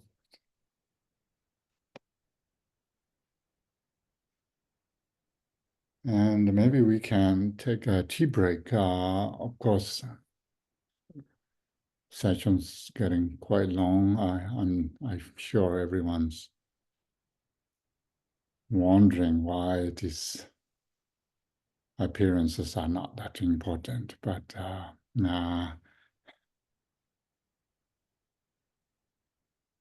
so how about 10 minutes? We get back in 10 minutes.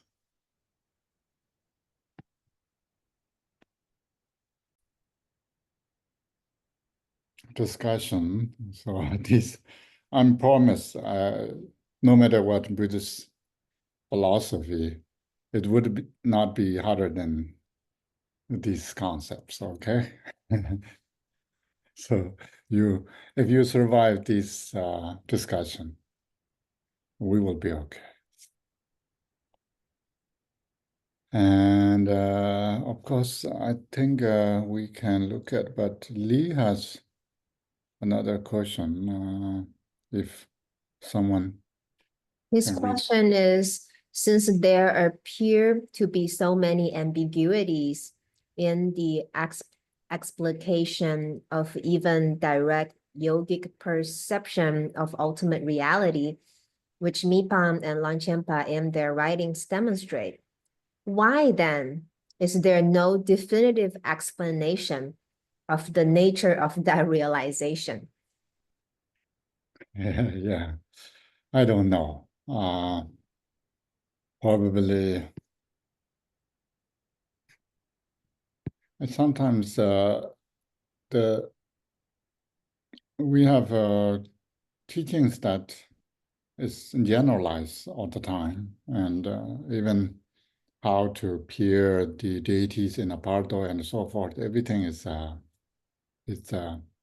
generalized, and also these appearings of encounter with divisions of Tugar practices. Also, we have these four visions that first come first, but Jigme Lingpa has explained that individuals would appear different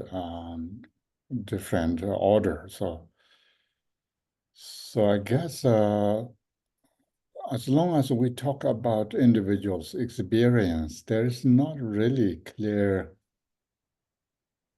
precise explanation. I think each individual would have something different, something bizarre, something, because that's why I often talk about this. Once you experience something, that probably not truth, but people like to experience things, and the experience you cannot repeat again, which means experience gone. It's gone. It's not reliable either, and so that's why it's people practice describe through experience is not necessarily, even it's clear, but it doesn't necessarily mean it would copied by others. But anyway, they say without the experience, means you are not practicing. If not practicing, then would not gain further realization. But so it's difficult to say. Ambiguity is maybe good things to just generalize. Yeah. Okay, we can go next step to see what Mipham Rinpoche say.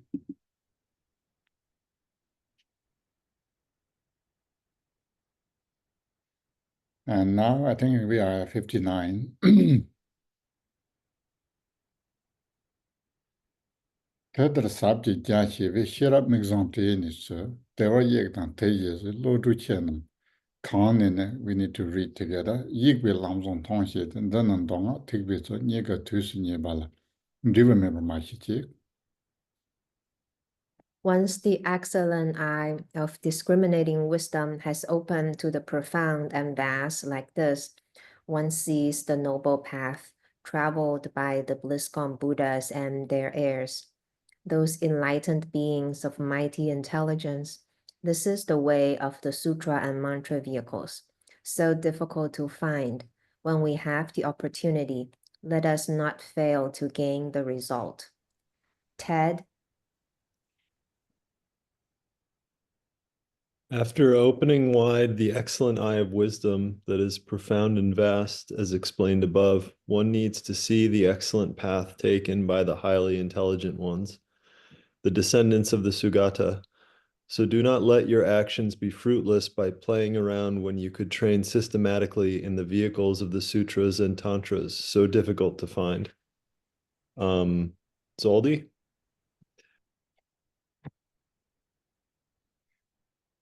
Through these profound and vast teachings, once the eyes of wisdom have opened, one sees the noble path traveled by the bliss-gone Buddhas and their heralds, as well as those enlightened beings of great wisdom. This is the way of the Sutra and Tantra vehicles, so difficult to find. Whoever has obtained them should never let them pass in vain, fruitlessly. Yeah, here we often talk about this precious human rebirth and so forth. It's similar. It's not only the teaching and teachings that can apprehend and can practice by individuals, suitable vessels. And once we obtain these precious human rebirth, it's saying one should not waste that life. And once we have this precious human rebirth, then we have talked about the 10 kind of leisure qualities that 5 are coming from others, 5 are kind of endowed with oneself. Those 5s are, we say, that the dharmas are taught and the teachings are still present or survive. You are entering into that dharma, and you are under guidance of spiritual teacher, and so forth. So these are conditions that you need to gain through others. It's not one was taking birth as human birth doesn't necessarily have these 10 leisure and endowments. Yeah. So that's why it's saying these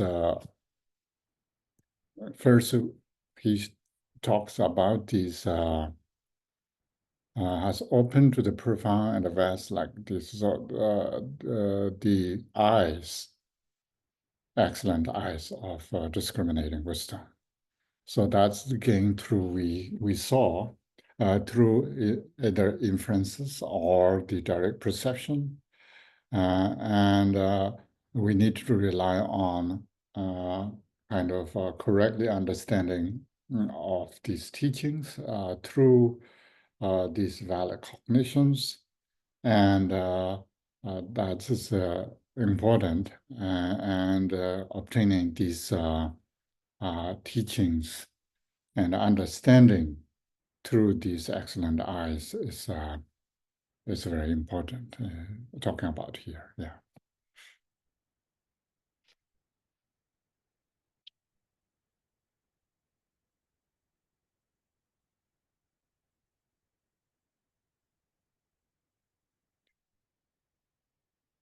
And any questions?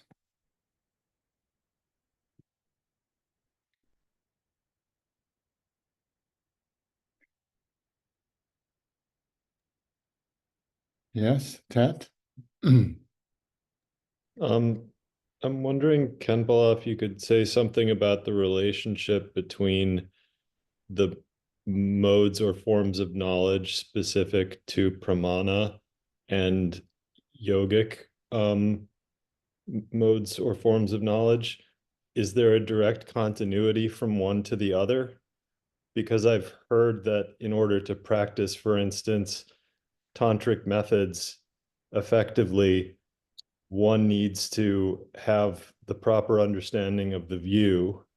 And that's what it seems like we're focusing on here through these pramana teachings, is gaining a proper understanding of the view of, say, the relationship between relative and ultimate.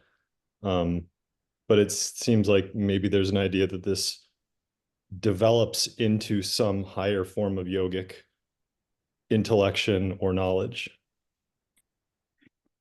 Yeah, the yogic perception is we look at these perceptions that earlier, and so usually the yogic perception, yogic, we know yoga. Yoga means the Tibetan has a kind of profound connotation that talk about yoga, which is called non-dual. Non-dual means null means the ultimate truth or reality.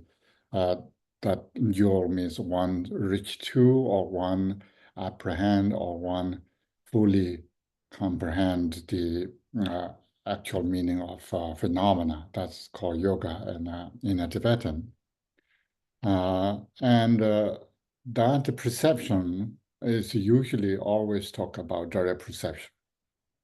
It's not inferences. And these inferences is gaining through the meditation, or when meditation is in general, but then tantric practice and others. Not necessarily all tantric practices talks about in the sutra level that yogic perception is always there.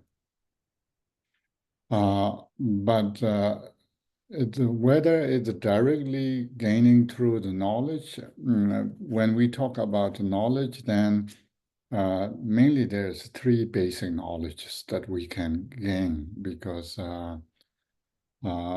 either through study the text, what that we are doing here, that's what is saying, what is explained in the tantras and sutras, that give us to open up, to understand avenue, to give information. So that's true. First, of course, we need to study, which is very much more through understanding of words and sentences and kind of verbal forms. And even we read a book, also the forms that we first need to apprehend that what kind of statements are there. And once we sort of fully understand what it means, then the meaning itself we need to pondering or contemplate on the meaning. It's really deeply kind of, if you analyze this, for example, we analyze where if texts say there's no self and no everything's empty, then we need to imply to look at where is that matched or not.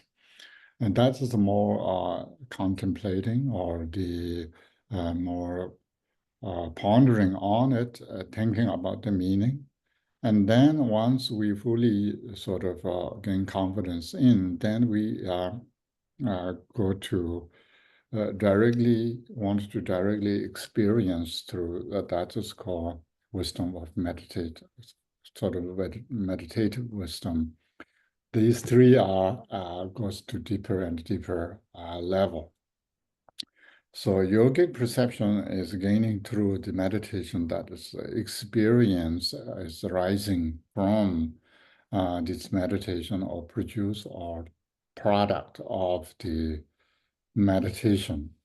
And sometimes what we know exactly, things are empty, but sometimes a sort of byproduct that perceptions that we can see through walls and hear through walls, and sometimes maybe we can walk through solid entities. So these kind of gain through as meditation, and of course, the tantric practice have a lot of other methods to mantra recitation, visualization, and dissolution, and all kind of activities, and then through that also lineage power and blessings, and so that's could gain through that. Maybe that's is that answers your question? I think so. I guess my question was, I've heard the saying a few times, if you try to apply tantric, like the Vajrayana methods without the view, it's like child's play. Like there's no efficacy to the practice is not effective if you don't have the proper view, and the instruction that if I heard it right, that I was given was to study in order to gain the proper view, so that when applying those methods, it's actually effective in the sense of giving rise to, I guess, prajna and jnana would be the more yogic forms of insight. And whereas here, as we've been talking about, we're discussing direct perception and then inferential understanding, which are both dualistic or conceptual understandings. So it seems like maybe there's a gap. I guess my question is there a seamless continuity from conceptual understandings in the form of apperception or recognition of an object dualistically, or inference that we're working with on this level, to prajna and jnana, like vipassana type forms of cognition? Like, does it transition from one to the other, or is there a gap between those two? So there's not really gap. That's why the beginning I'm saying the yogi and yogic or yoga or yogic is just English way of saying the practice that belongs or deal with yoga. And yoga itself is Tibetan is deeply involved with view, which means fully apprehending the correct view. That is yoga in the Tibetan sense. And in order to gain any practice, tantric practice advance, first we need to sutric a base of understanding, which is the core value, core kind of base is empty understanding of emptiness, the base top of that, then our mind is my nature, which is Buddha nature, means endowed with good qualities. So the trend is, I'm just saying that the generally is study the three knowledges, to study knowledge, and then contemplation knowledge, and then meditation knowledge. So these usually goes in that direction and that sequence, but then comes to individuals could be gain sort of meditative yogic prajna or the direct perception first, and then understand the view could be fully apprehend the fully view could be later. That's is individual's karmic propensity or previous lives and so forth. So that is not necessarily only in one way, I think. Yeah. Thank you. Okay, should we read more?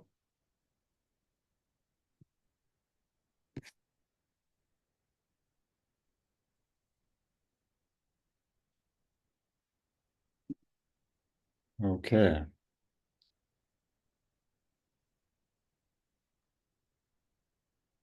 I think now 61, yeah. Tētā rīkpa nāmbi tōng dēmbi lōdū nāwa jīn xianrīng mōngyō nāmbyū tī tōmba xianē nye barjī. Possessing in this way the four reasonings and endowed with the light of intelligence, let us not be deceived by others, but investigate and be sure to follow the four reliances. James? Therefore, those who exhibit intelligence, possess the four reasonings as described above, and perform their investigations without depending on others. This is how they become certain about the four reliances. Zoldi. Endowed with the four principles, possessing the brilliance of sublime intelligence, and the wisdom of not being changed by others, the four reliances will definitely arise. So here we sort of know that earlier the Rinpoche, the four reasoning or the four kind of correct way of understanding to base on the whatever subject we are talking about. And those are these we know the results are rely on the cause and so forth. Yeah, these four reasonings. And these four reasonings are, you can see here, nicely James put here. And what we saw is, you can see that here, there's, when we talk about causal condition, nothing that come out without cause. Any results need to rely on the cause. Even weak unwanted things or wanted things, that's, we know, that's why karma works, yeah. If the result of happiness or sad is due to some cause, even the temporary cause may be including, if then we talk about further more in previous lives and so forth, the karma works. And that is called when the necessity set of the cause and conditions are. There isn't the mass product there. Specific result will come in because we cannot really ignore the cause to assuming that the result will be good. And that's more, how to say, that is much more in a conventional level, we are doing that. And at the same time, these, if there is a result, it must have been production through the specific cause and conditions. It means these two are, first two reasons are pretty much talking about the cause and the result. Cause activates or doing things to produce a result, and result is needed to rely on the cause. And then we have these kind of the natural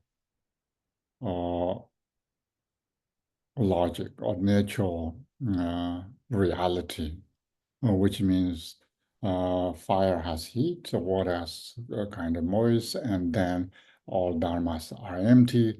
And these all are just naturally talking about what nature would do. So all dharmas are empty. It's like all fires has kind of heat, or all heats are coming sort of some source of fire. And these are all, you can see in Tibetan is everything is reliable. These are not illogical. These are logical. So that's why these four sort of logical reason or that makes we can rely on these logics to make assumption or to build our correct view and so forth to see either we can make logical assumptions to make decisions for practice, for our life, for everything. So if we think or pay attention closely, I mean, we are really much doing everything based on this kind of reasonable, logical thinkings. What we call. Soon as child born, the parents already thinking about sending them to school and how to grow up then, and because without school maybe it's their life will be not as productive as what people think and so forth. Anyway, that's kind of these logics are not talking about sort of beyond our normal life things.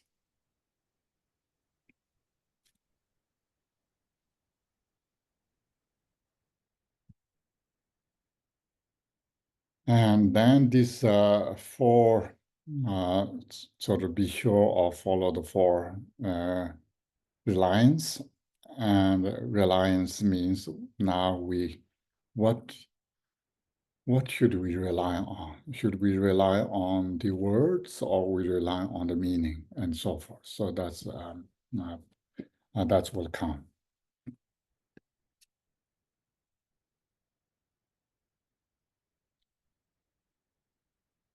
And somehow my view, I only see myself. That's not good. Okay.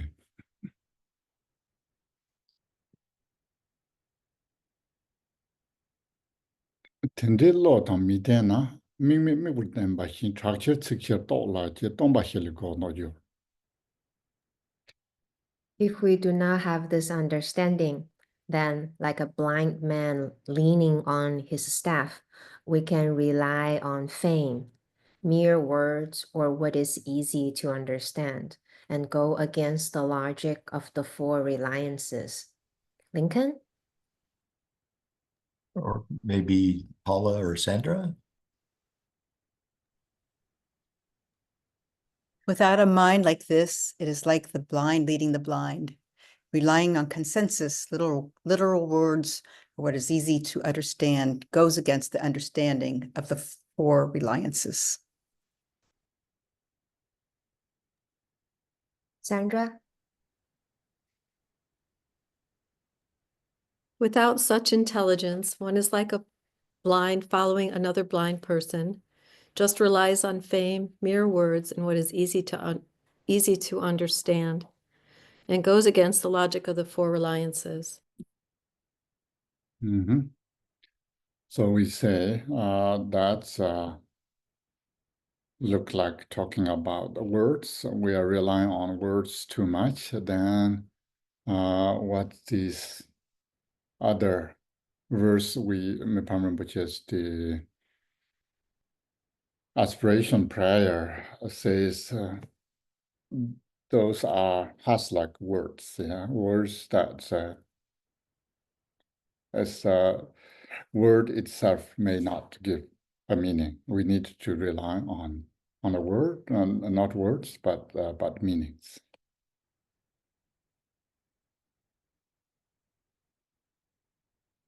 Okay. If move down one more, if can.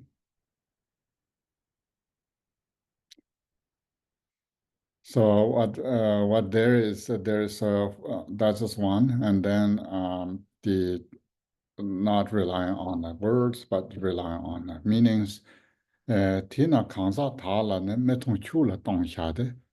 Yanda rigbi chobilam awatito mawumi. Therefore, do not rely on individuals, but rely upon the Dharma. Freedom comes from the genuine path that is taught, not from the one who teaches it. Mariko?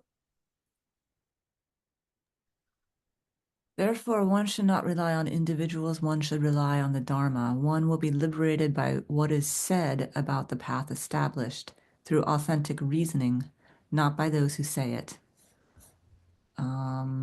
Spencer?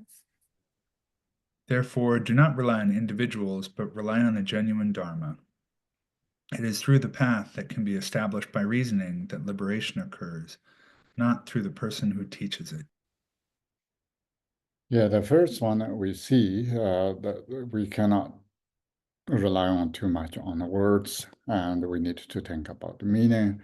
Then the second one is we need to rely on the Dharma, not on a person. And of course, there is we have a lot of emphasis on a teacher and Lama and the Guru and so forth. But that's this is a little bit a different way of introducing it, because it's saying sometimes you can in the sutras they talk about Buddhas that teachers can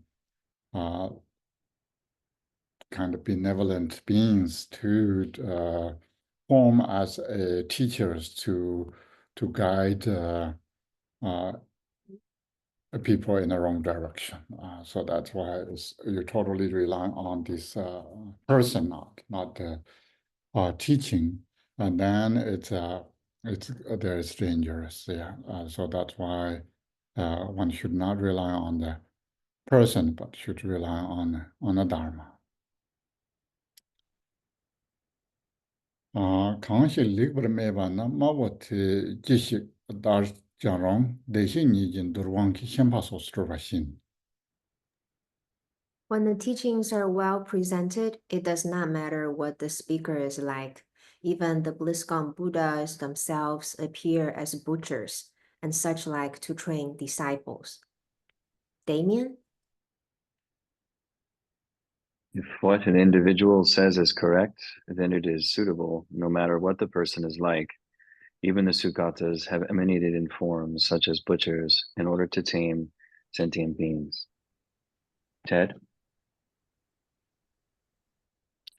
As long as one delivers an excellent speech, it does not matter what the speaker looks like.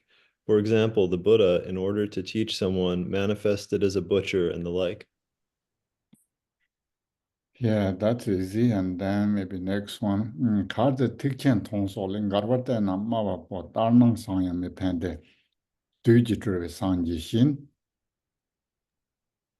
If he contradicts the Mahayana and so on, then however eloquent a speaker may seem, he will bring you no real benefit, like a demon assuming Buddha's form.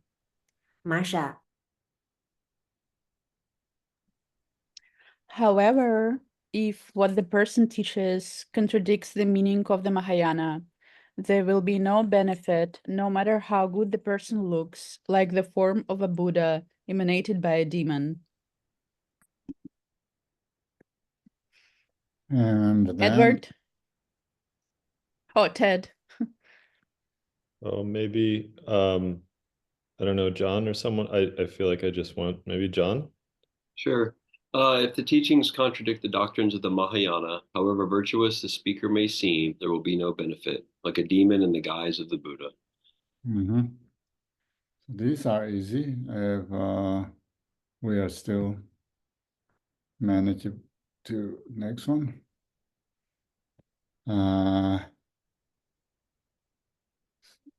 Chulan tusam shebanang, tsekla metun tun la tong tun to nan tseklam, xie de ju jung garwa me.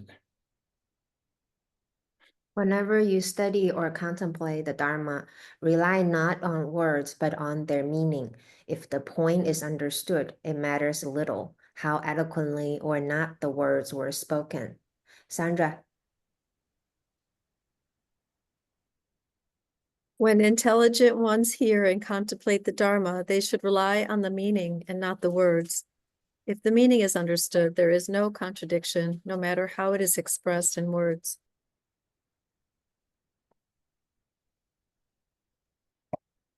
In listening to the teachings and engaging in reflection, rely on the meaning rather than on the words. If the explained meaning is understood, it matters little how eloquently or not the words were spoken. Yeah. So that's why I don't need to worry about how eloquent I am.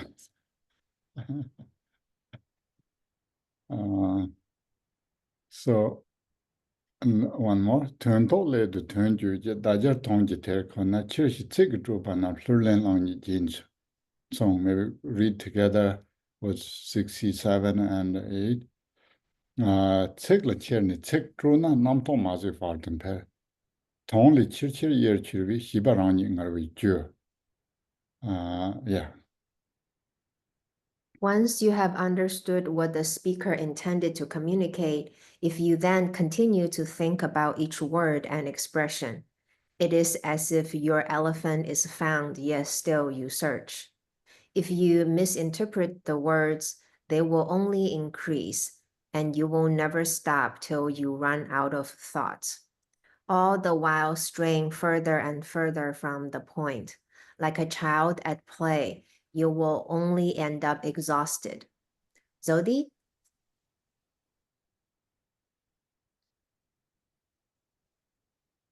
Things are named because of wanting to express an understandable meaning.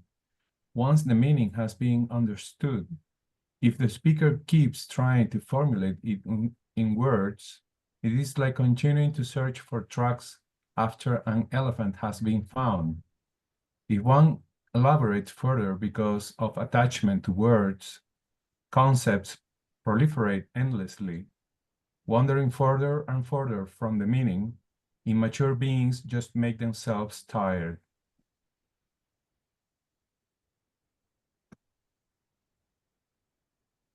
Paula? For meaning to be understood with the intention to express it, names are given.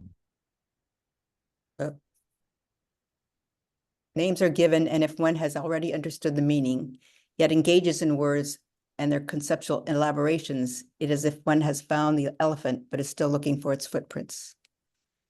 If one is attached to words which become ever complicated, delusive thoughts increase boundlessly. Hence, one deviates from the true meaning, like the fools who end up exhausted for no reason. Yeah, somehow, except the last translation doesn't have footprints. Footprints are in Simsina Tibetan. It's saying that you already found elephant, but you are still searching elephant, looking at footprints in the jungles to where's my elephant? Where is my elephant? Maybe. So that's yeah, it's to be clear, yeah. And next one is a little bit complicated, I think. I mean, maybe not. Maybe Xing Wang Ji be take Giglang, you're so chena seba me tism jinu take on a dry pater seba. Even for a single phrase like fetch the wood, out of context, there is no end to what it might mean. Yet if you understand what is meant, the need for the words ends just there. Spencer? For any single phrase like bring the wood, if wood is differentiated according to its locale, etc., the possibilities are endless. Once one has understood the meaning of the phrase, then the words have fulfilled their purpose. John? Even for a single phrase like fetch the tree, the corresponding external objects are infinite. Yet one will know Sorry, yet one will know to what it refers, and the need for the words ends just there. Here we have a little bit this concept of how the concept and labels are work. And of course, wood is really general term. Yeah, it's not, didn't say any kind of wood.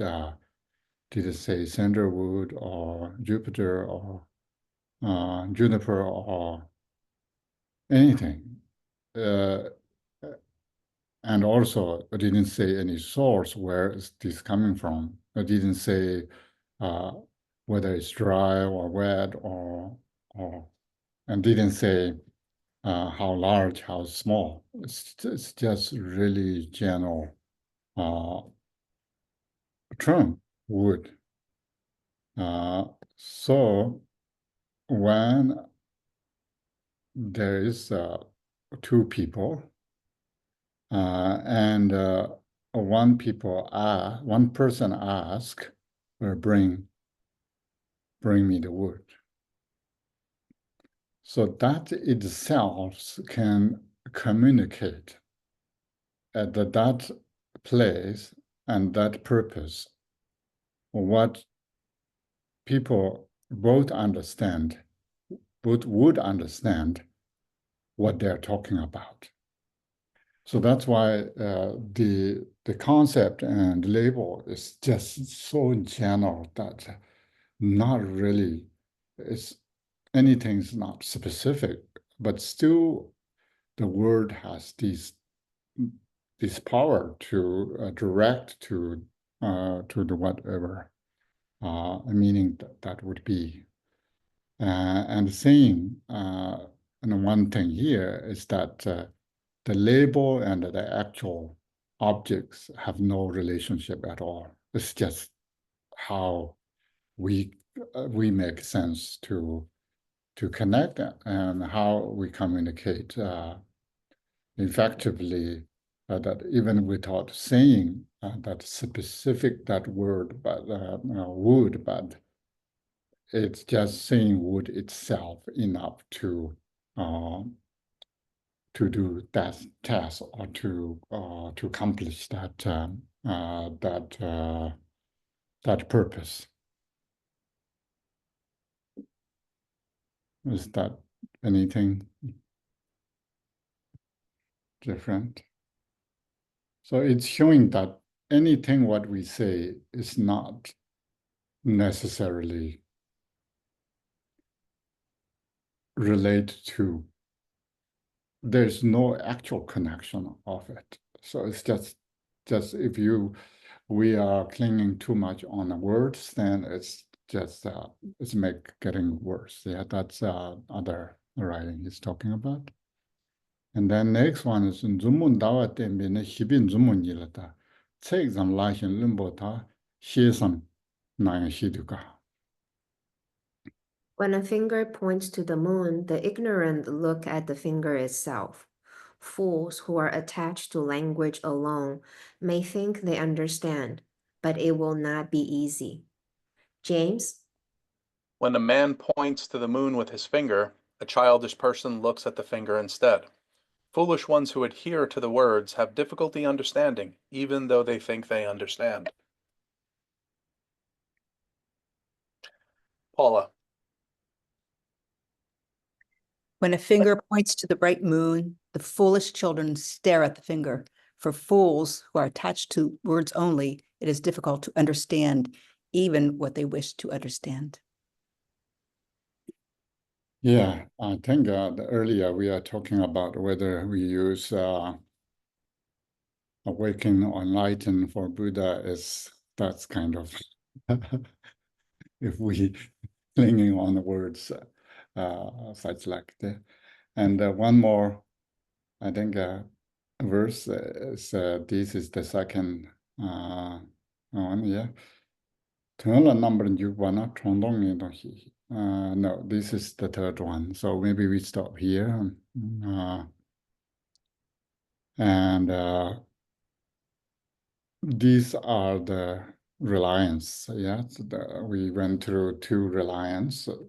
We should not rely on just searching a person, and we should not rely on only the words. We need to rely on the meaning and the teaching Dharma itself. Okay. So that's good, yeah? It's not that difficult.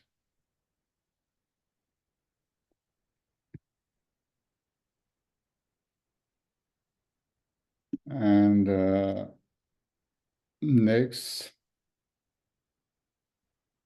week we are still scheduled. So if you have time, please come back and we can read through, and hopefully in a few weeks then we will finish this text. How about that? Anyone has urgent comments or anything that want to share here? Thanksgiving is already gone, but still we can in the Thanksgiving mood, so sharing is a good thing, yeah.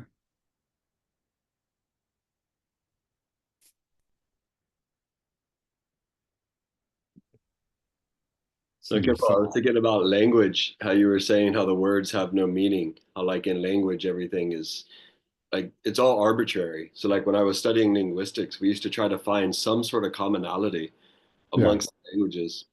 And people used to say, oh, onomatopoeia, which is like where you try to mimic the sound that something makes with a word. But even if you look at different languages, it's totally different. Like Japanese, like for frog, Yumi, what does a frog sound like in Japan? Yeah, exactly. Yumi, ghetto, right? Ghetto, yeah, they say ghetto. But where I'm from, we say ribbit. It's totally different. So it's still completely arbitrary. We can't even mimic the sounds right. Yeah. So yeah, but I Exactly. was thinking when you said that in that one quote. In the Tibet we call me, and the English we call fire, and the Sanskrit seems agni, and Chinese fall, and so forth. So it's we can see just totally we make it. But the one that is logical is mother. So like ma, because it's the first sound. It's the easiest sound to make, like ma, because it's a bilabial, right? So that's pretty common amongst most languages. But that follows kind of there's a logical reasoning behind that. Yeah, the rest of it's all just totally arbitrary. Yeah, it's interesting in linguistics that the association of the sound with the object is arbitrary, but once that association is made, it's nearly impossible to change it culturally. Yeah. We could not say tomorrow we're going to start calling water Bajibi. No one would accept it. Yeah, once we accept it, so how useful it is, yeah. We have the same problem with like translation from Tibetan to English. Once you get a translation, yeah, very hard to change it. So most of you are English speakers, but I try to learn English quite long now, but you can see still English is it's not my favorite language. So anyway, would you like to dedicate, Kempa? Yes, you need to bring out if you can. We'll have to rely on you to do the Tibetan again. Okay. Den zon du zon za bege zag ten re za ba me be yi ji ji kor zon yon da chen bor ji da ne lo do ba chen lon de.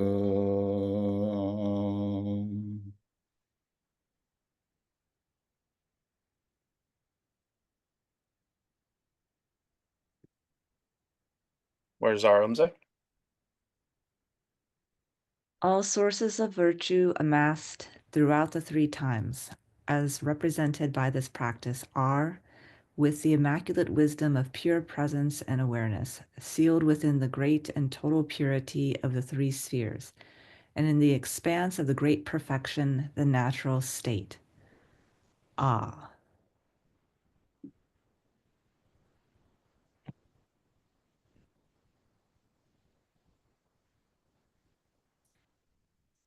Paradanzave lama rinpoche, dagi jerobe me den shola, kari jimbu go ne je sonde go son to je ngoro, zao zo.